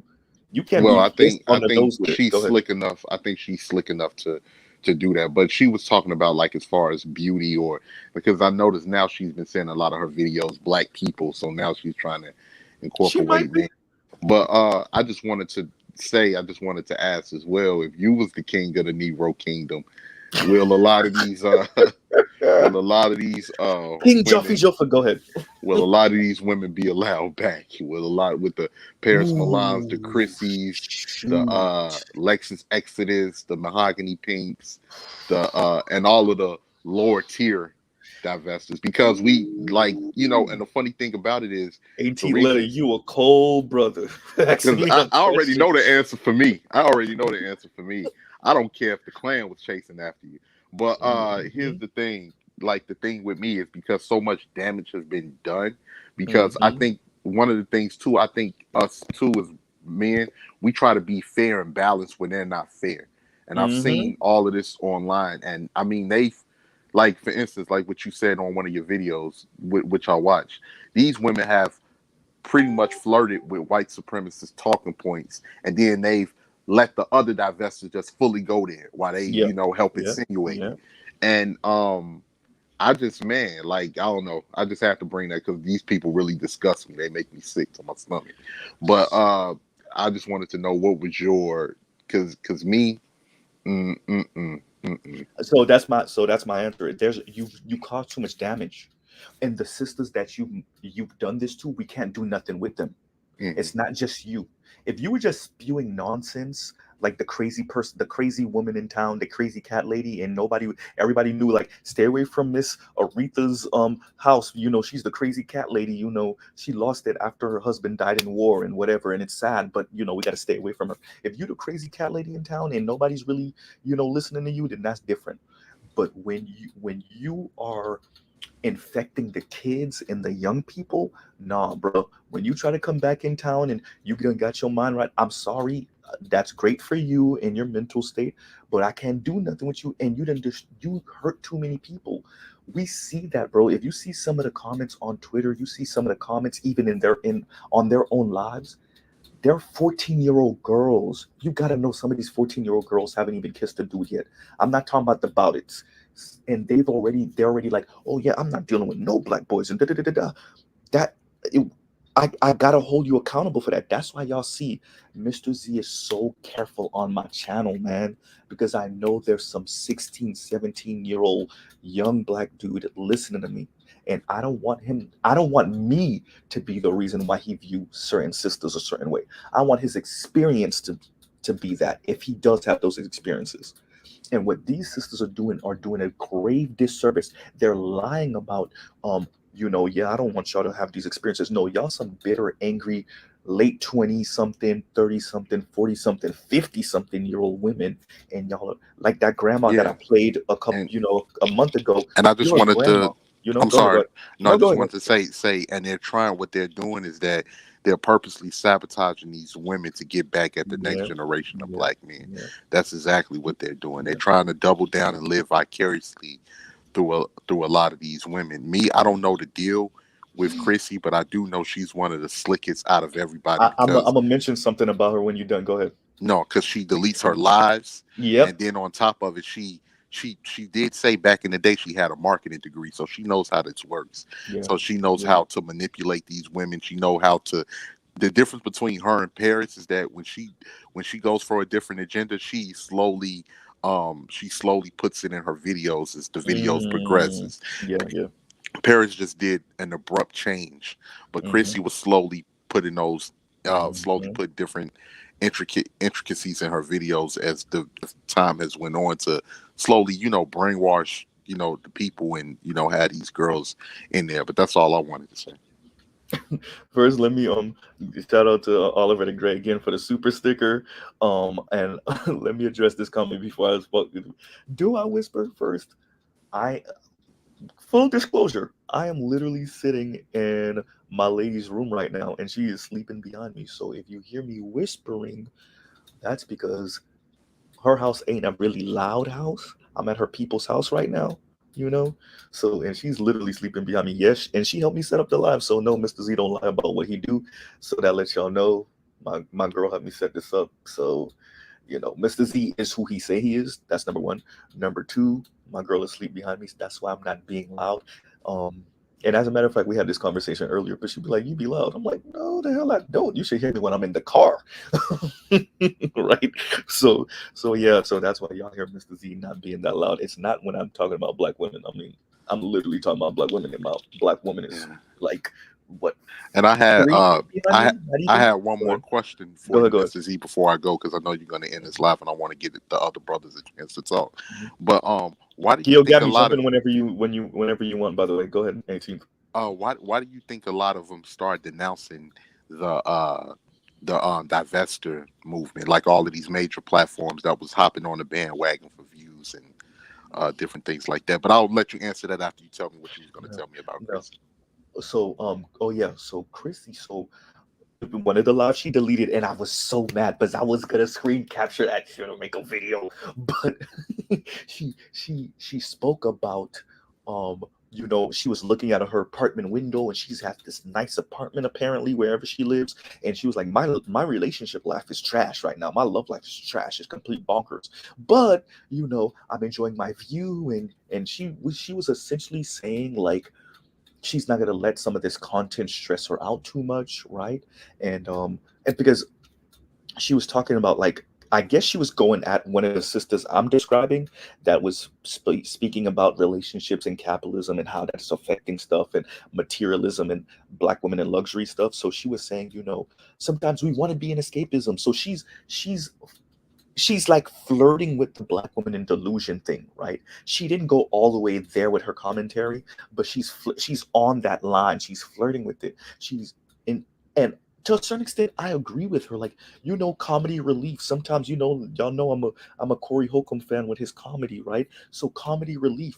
But where she was with it is sometimes we want to be. There's nothing wrong with escapism, and I'm not there with it, right? So she ended up deleting that video. So going to what you're answering you directly, her saying that her relationship life is trash, but that's because you've internalized you taking your own drug. You're not only selling it to the other women that listen to you, and to the younger women that listen to you, and the girls that listen to you. You bought in to your own drug, and that screwed up your own relationship life. First of all, you was trying to be on some polyandry stuff. I think Chrissy's a few years older than me, so let's say a late 30-something-year-old woman. That's cool for you. That's cool, but obviously it's not working. You low-key admitted it's not working for you. And that's what I'm saying. Like, and that's why I talk whenever I speak.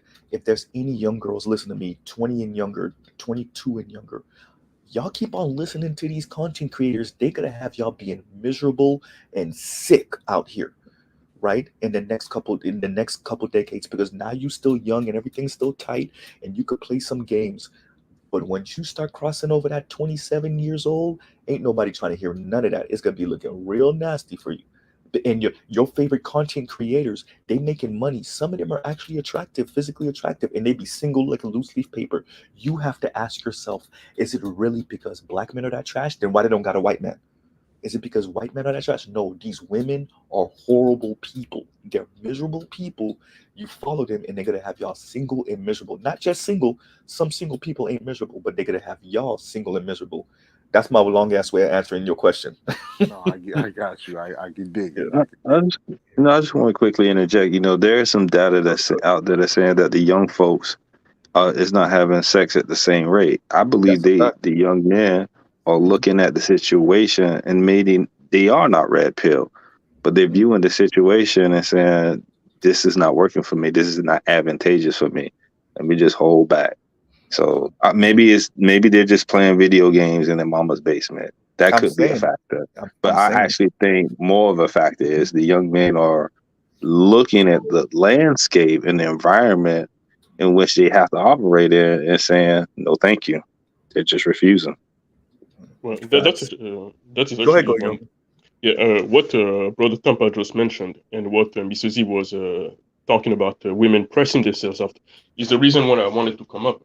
Because if you observe when in line with the commodification of relationships, the more the upper echelons of societies wanted to push women into the workforce to sustain the industrialization of the societies, especially to prevent what happened in 1929 with the economic crash. Yeah, with the recession. The depression. Go ahead. Exactly.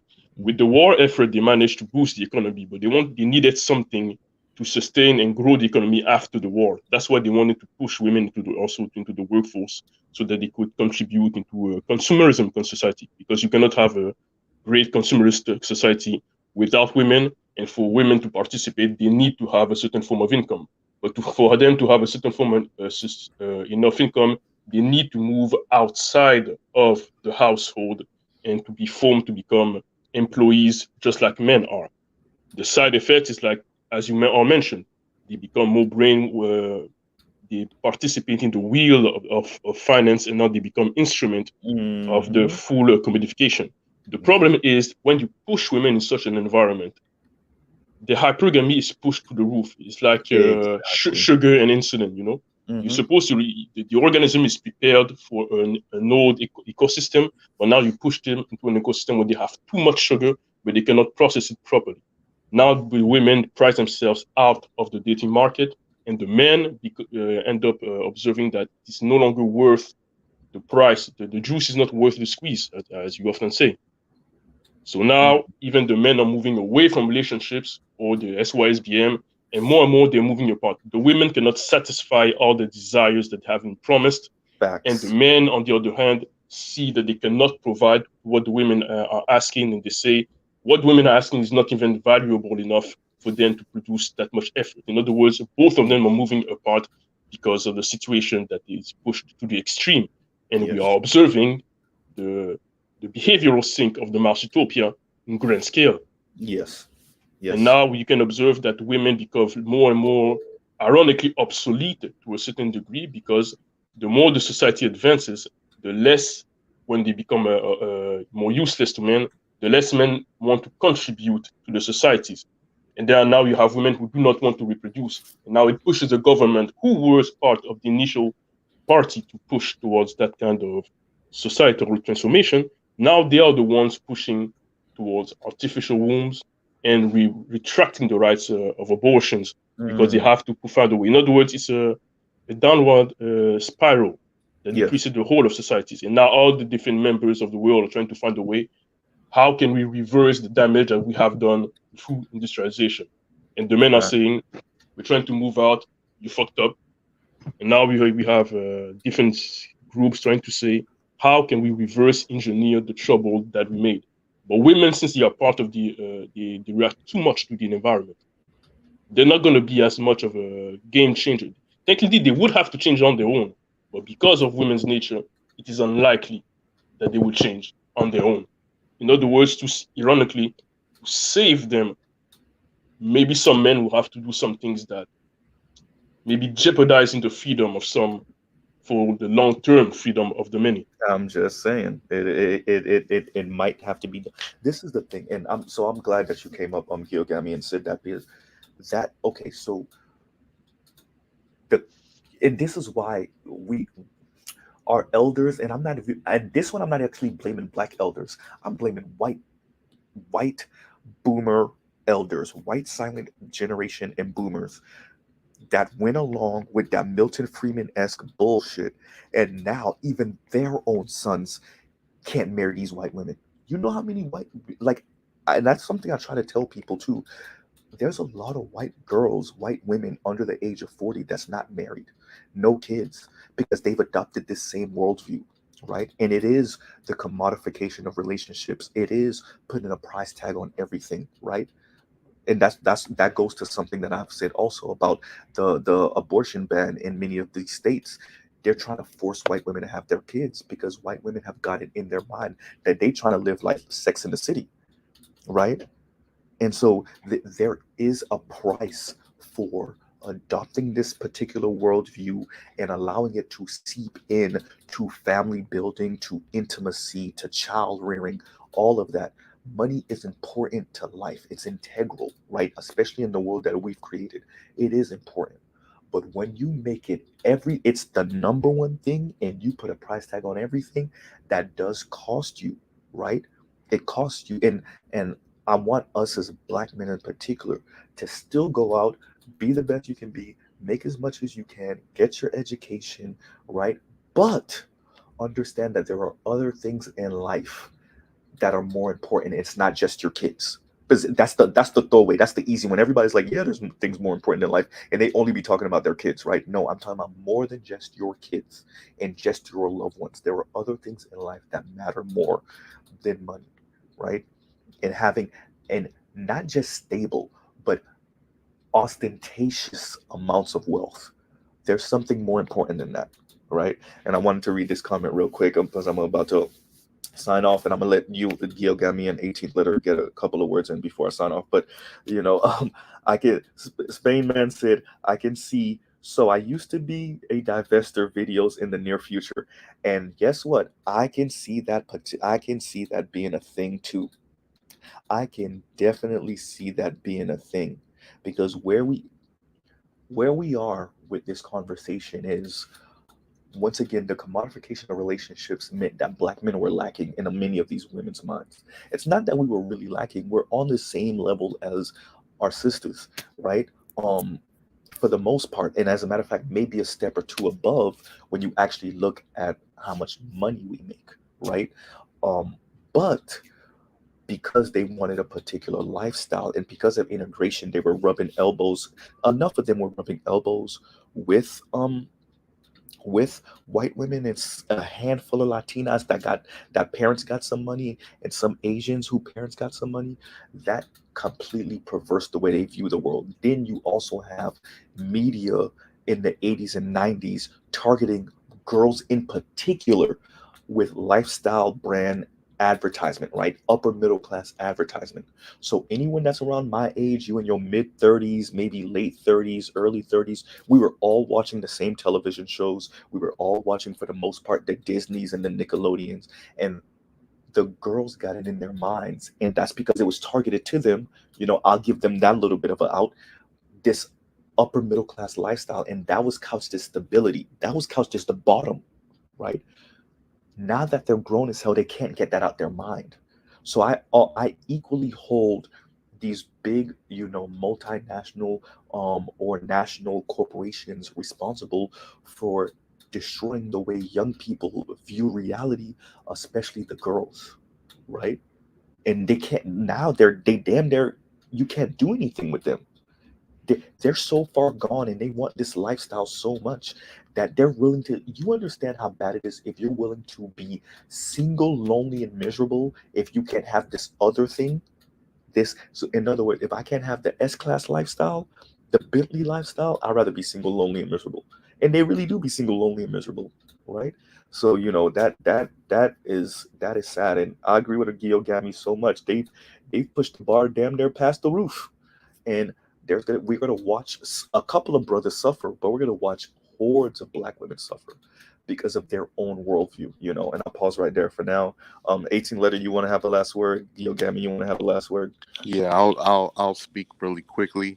I just wanted to say, like, what do you think a lot of these women adopted this mentality, like from like white supremacist divestment rhetoric, we're calling Black men nakers and apes and different things like that. And why are you seeing a lot of these women, like the Real Talk with Yannis, the Chrissies, the Paris Milans, the Cerebrals, and all of these women denounce it now all of a sudden? You think has something to do with KS passing on, or No.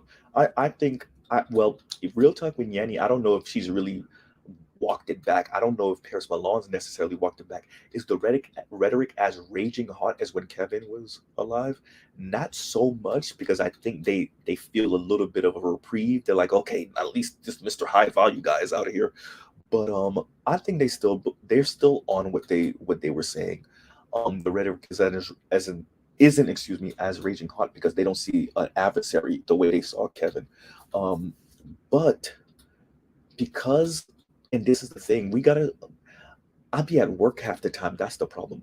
I might have to pay somebody to start recording their lives and keeping them, not to dox them or anything like that. I don't care about that, but so that we can have on record, this is what these people are about.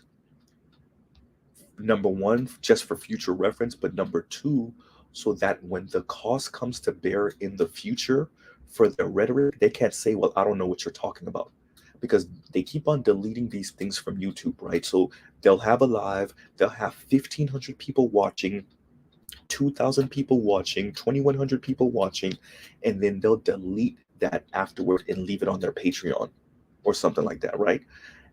Which, once again, is like, well, I never said that, or where's your evidence of that? Well, we actually have the evidence right here, right?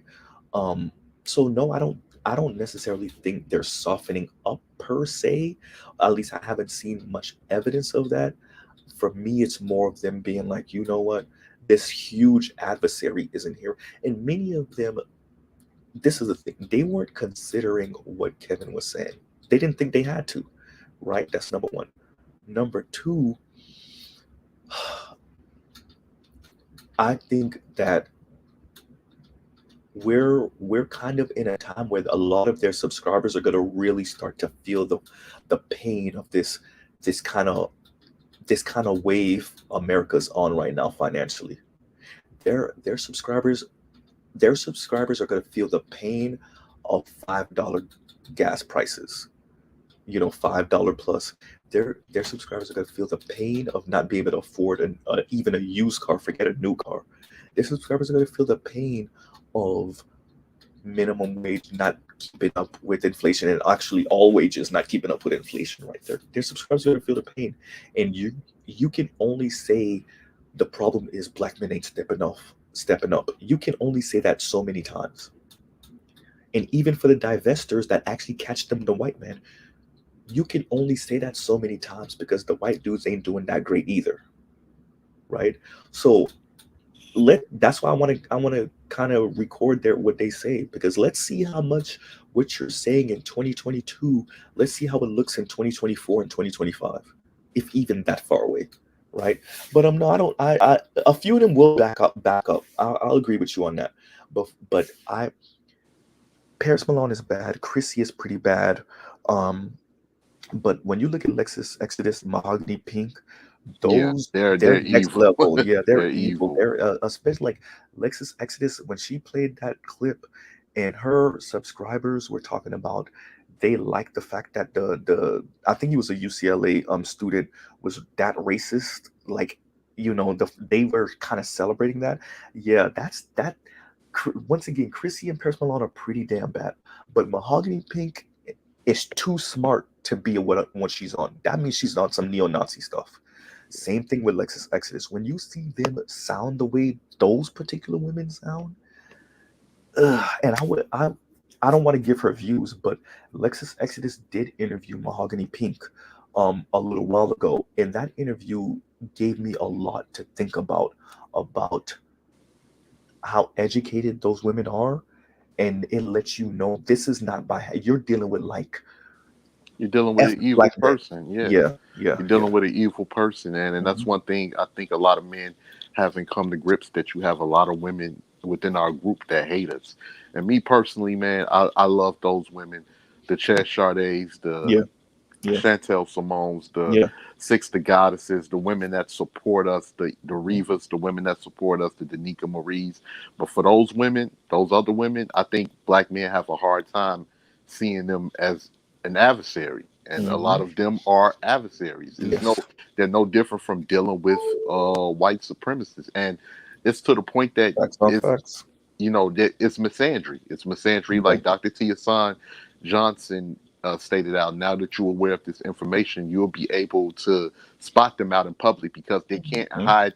They can't hide their disdain. Their contempt for you, their Yeah, disdain for they you. can't hide Yes. it, and you'll be Yep. able to spot them. And hey, if it's a situation, in my personal opinion, for brothers out there, see, I play the game how the game's meant to be played. If I knew I can get you out the way, I'll get you out the way. If I can get you fired, that's what I mean. I get you fired, make you lose your whole career, because I don't think you deserve to have one if you have this type of vitriol and hatred towards me and people that look like me. So Mhm. I'll be every nacre and ape in the book, but it's gonna cost you. Yeah, yeah, and that's the issue. So like that, and it you know the I know many of us can't deal with watching some of this people content. I get it. I'm not even imploring y'all to do that. Um, but when I do listen to some of these people, like I said, you realize how intelligent they are.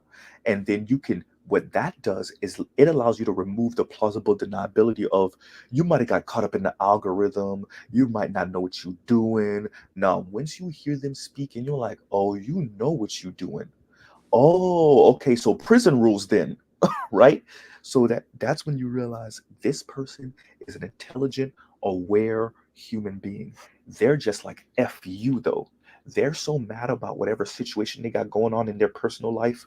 They're so mad about whatever man they couldn't get, whatever trauma they dealing with from high school bullying, or who didn't want them when they were 17 years old, or who drove their car and left it with no gas when they were 22 years old. They're so mad about that now they're projecting that on the majority, if not all, black men, and they're willing to drag unsuspecting black girls and women with them into oblivion. And that's when I look at Mahogany Pink, like particularly her, but also Lexus Exodus, um, also Cynthia G to a certain extent. That's what I see. Cynthia Yeah, G, I don't know, Cynthia G is a little, she's weird to me. She's a weirdo, generally like a weirdo. But Mahogany Pink, when I heard her speak, I'm like, oh, I see what type of chick you are. yeah. I see who you She's are. definitely one of the worst. Yeah. Chrissy, when I would say with Chrissy, I believe Chrissy, she knows, like, if you listen to her live where she denounced the divestment and said Yeah, we're stepping I away did. from Yeah. stepping away from dumb black women. That only thing that does is show me that you thought these women were dumb to begin with. You just thought that it was easy to jump on this train and manipulate these women for super chats and cash apps. So that's And exactly notice that's not what Mr. Z is very careful. And I'm sorry for cutting you off, but that's why I'm careful, man. I'm not gonna make money off of y'all so that I could talk crap and manipulate y'all sons into viewing black women like they're monsters or go chase after the white girls. Now these white girls is on the same thing, many of them. These people do that, right? They'll lead you on, they'll stop right before the edge of the cliff and then they'll watch you run off the edge of the cliff. I'm not leading none of my subscribers to that, right? That my conscience won't let me go to sleep at night knowing that I'm leading y'all into a horrible place, right? Of viewing the world. I want y'all to be aware of what's going on, right? Be conscious of what's going on. But what I'm not gonna do is amp y'all up on some black women are trash and da da da da thing. And that's what I was on before my relationship. Now that I'm in a relationship with somebody that I view as not being that, I'm definitely not gonna lead y'all down that road. These content creators will be in a happy, loving relationship and still be talking the way they talk for money. Yeah, and I wanted to speak on that real quick before you Go go ahead. because I know Yeah, you go gotta ahead. go. If you listen to Chrissy's earlier live, she said that colorism really didn't affect her as much coming up. She was always able to get dates. You She see was what I'm always saying? able to do different things like that. And when you listen to a lot of the stuff she said, she went from talking about colorism in the black community to gearing colorism towards, oh, black men are just outright colorists. Yeah. No other group, but black men are just outright colorists and they create these problems. And then it started gearing towards that till the other messages she started to project out there about black men not being in the position to produce or lead. And then it starts slowly trickling into the divestment rhetoric as a lot of these other divestment women became popular. But one thing I am surprised about, I'm surprised that Sergeant Willie Pete has never made a video addressing her and Well, who the brought her into the position. space? He did. Thank you. That's why I don't understand why he never made a video addressing her and particularly which in the direction that she went. I don't know what happened between them, Yeah, no, but it was pretty bad. It was pretty. I remember loosely the back and forth with them towards the end of their kind of joint video thing because at one point, remember, she seemed adversarial, but it wasn't like the end of the world. And Sergeant Willie P and her were making like kind of videos back and forth and blah blah blah. Right. And then at one point, it just looked like it went left. And I think that's the thing too. And I actually want to touch on this before I get off. I can't be so mad about a particular situation that I'd be like scorched earth all of y'all. And that to me is what a lot of people do. They get their little heart broken, they feel rejected, and they do scorched earth everything, right? And that's what I know is Chrissy's rhetoric turned up when her and Sergeant Willie Pete kind of disconnected. Right, it was like I was holding back for you because I was connected to this nigga, but now, right, and that's her vibe. That's what her vibe was, and kind of still is.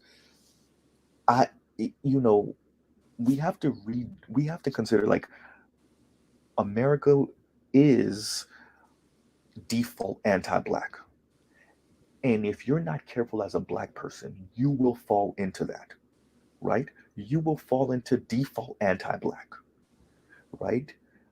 And that's what happens to a lot of people, right? As black people, you only have one or two experiences in the grand scheme of things. People are like, no, I had way more than one or two. You know what I'm saying? You have one or two experiences, and then you let that say, you know what? All right, F it. And the only air quotes exceptions to the rules is your nephew or your father or this one guy that's been chasing after you for 20 years that stay kissing your ass or the placater dude that tells you everything you want to hear, right? And those are the only exceptions to the rules, and I'm careful. I don't want black men that subscribe to me to fall into that trap. Be very careful on how you engage with criticizing other black people, on some of your critique of other black people, because there are things to critique. Don't get it twisted, but don't be careful not to allow that to have you go down a road where all you're doing is regurgitating some of the same racist anti-black tropes that non-black people say. Go ahead, go ahead. Yeah, I was just gonna say I don't think with the brothers is that's the case. I think a lot of the times the brothers are just responding to the attacks that's been going on, because when No, I agree. when you know, because you're very you're very detailed in your videos, and you've seen brothers are getting, you have the Rainbow Coalition with the Tinkerbells and the Alphabet people, Yeah, yeah, yeah, and yeah. you know, with them with black women, and they're all, you know, attacking black men. Black men are used as a scapegoat for everything in this country, and they've seen that and they've adopted that mindset, and that's what you're seeing. So if a brother starts, like, you know, swinging at everybody, I can't be upset about that, because and then you Mhm. even got some black men that are jumping on the side of these divestors and Yeah, the yeah, premises I'll with see this him. uh, suckers, straight up suckers. But Yeah. you know, it's important for us to have some type of camaraderie ship and understand that we in this together, as far as the brothers go, and for the women that support us as well. I'm talking about for the sisters that support us, because these other women, they ain't no sister of mine, but for the sisters, for the sisters that support us, it's important for us to, you know, have camaraderie. The Chazes, the Chantels, and, you know, different women like that. And, like, you know, it's just, it's crazy, man. It's crazy. I don't want to hold you up too long, because I know No, you you got to good. get ready to go. But Yeah, man. it's just like, and for the women that look like them, that tell them, look, it's good men out here, it's men out here that you can date, that you can build families with. They turn around and call these women mammies and pick-me's. Yeah, And yeah. I'll tell you one more thing on how slick Chrissy was. I remember when Jessica X did a live on, you know, Chrissy's video, where she was critiquing Chrissy's video on why aren't, you know, the modern black men promoting themselves, as far as the working class black men. And she was critiquing that video, and Chrissy deleted that video right in the middle of Jessica X's live. I still remember that. I still remember that. Wow. But yeah, man, I'm about to back out, but last thing I'm gonna do, I'm gonna respond to that. So, you know, we act like we're not black. We act like if you're black anywhere in the diaspora right now, at you were just let go of out of slavery within the past 150 or so odd years. You just got out of colonialization over the past 70-ish years, give or take, right? So something like that. So within the last 200 years, things might have started going up-ish in your lineage, in your family's lifetime, right? And obviously many of us still are in the super struggle. And in the environment where, even when it comes to your normal American and that's not black, half of them, you know, well, 40% of them can't even afford a $400 emergency. In that environment, we have content creators like Chrissy asking why we not promoting ourselves and promoting them. Who? You have what, 10 black billionaires in America? 10? And even them, they're not worth no $80 billion, 70, $50 billion. They're worth 1, 2, 5. Right. On the entire planet, you have, give or take, what, 20, maybe 25 black billionaires that are reported, at least, right? Maybe. So when you listen to these content creators, you got to ask yourself, what the hell are they talking about? It always gets me, like, what are you talking about? Yeah, and unfortunately, a lot of these young girls can't see that a lot of these women are the luxurious lifestyle that some of these content creators are living are coming from your super chats and cash apps. Yeah. They can't see that, like, you know. And, you know, like I said, if when people get comfortable, they'll tell on themselves. One pattern that I've learned from people over the years: when people keep repeating themselves on something, they're doing the exact opposite. So when I would hear Chrissy say things about, I live a decent lifestyle. I don't have to do videos, or I don't have to do this stuff.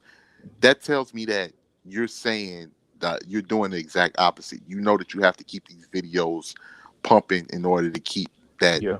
that cushion of money that's coming in, because I don't know what happened with the YouTube algorithm or what changed, but something changed where the revenue has increased. Where you used to have millions of views to really make money off of a YouTube video and millions of subscribers. I think something happened with the watch hours where that no longer is the case, which is why you see, such a turn up on a lot of this stuff, or why you see, because a lot of these women have essentially become the same negative media that has created. Good point. Yeah, Good a lot of point. these women, they've become the same negative media that has been created before YouTube in order to pretty much put down black people. They Facts on become their facts. own media.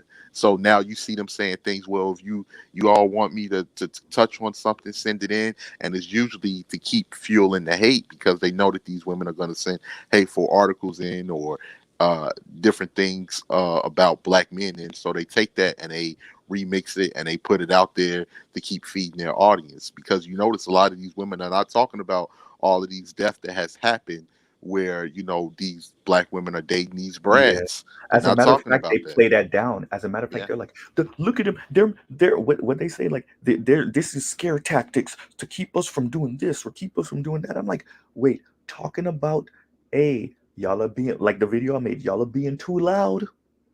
Y'all going out here all willy nilly. You think these white dudes ain't reading these comments too? Like, what makes y'all think what y'all really? This is one thing that annoys the crap out of me. Y'all think that white dudes aren't reading these comments? I was watching I'll shout them out. Well, not shout them out. I'll mention them.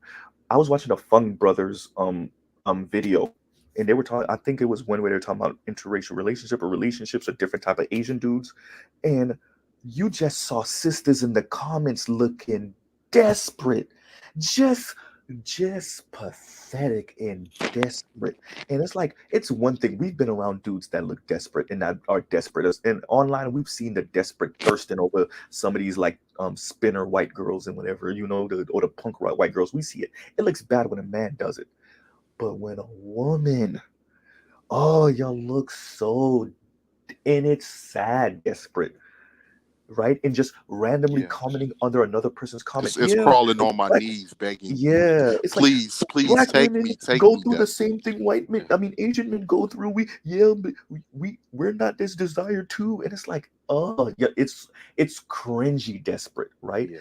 But once again, there's the concept of, lighter and brighter is better that they've adopted. Also, it's the commodification of masculinity. So obviously, those men, they see them as higher tier men, not because they're more built than us or anything like that, but simply because of the status of not being a black man. You add all of that, and that's where you get kind of where this is going, right? So, but yeah, man, I'm about to end it out. But yeah, thank you so much, 18 letter, for coming up. For the Oh man, rest of y'all, thank you for for having me, brother. I for, kept you a for little bit over than what was the actual time, so I no, appreciate no, you. no, you good. No, you good. You good. You good. But yeah, man, thank you for coming up. But yeah, man, this has been a pretty fire stream. The commodification of relationships, y'all. And thank you a lot of y'all for all of y'all that's been up with me for the past 3.5 hours. Y'all be careful. Don't fall for the trap. There's certain things that's supposed to matter more than money. Your love life, your intimacy, especially if you're stable, right? If you super poor, which many of us as black people are, that's a different conversation.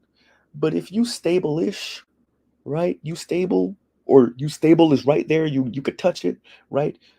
Or you're a little bit above stable, this is when there's other things in life that should take maybe a little bit of priority, right? And that's difficult for many people to hear because we've been pushed to be on this rat race, and that might be on an upcoming stream that I want to do. And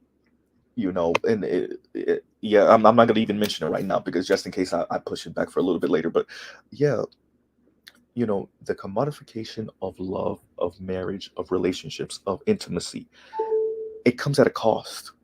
and it's funny I'm using cost in this conversation, but it does come at a cost, right? This damn thing is my extension cord is like, but yeah, it comes at a cost, and I want us to consider that as we traverse our life, right? Don't be like some of these women who are ignorant to these things, and then it comes back and bite them in the rear end in the future. I wanted y'all to see, and that's why I played the clips that I played, what adopting some of this greed is good mentality does to intimacy and relationships and love, right? Adopting some of this idea of putting a price tag on everyone, everything, every concept, every idea, what it looks like on the negative end, on the back end of that, right? So I'll leave y'all with that. Thank you very much, all of y'all, for subscribing. Once again, like, share, subscribe, hit those buttons. That super chat, that whatever thank you button. I don't know what that is, but yeah, that's a new YouTube feature that wasn't there a while ago. And I'll come back to y'all with some more good content as much as I can. And thank you for spending the past 3.5 hours with me, y'all. All right, Mr. Z out. I'll pause right there. I have to do that for Toya and everybody else that likes that. Mr. Z says I'll pause right there. So I'll pause right there.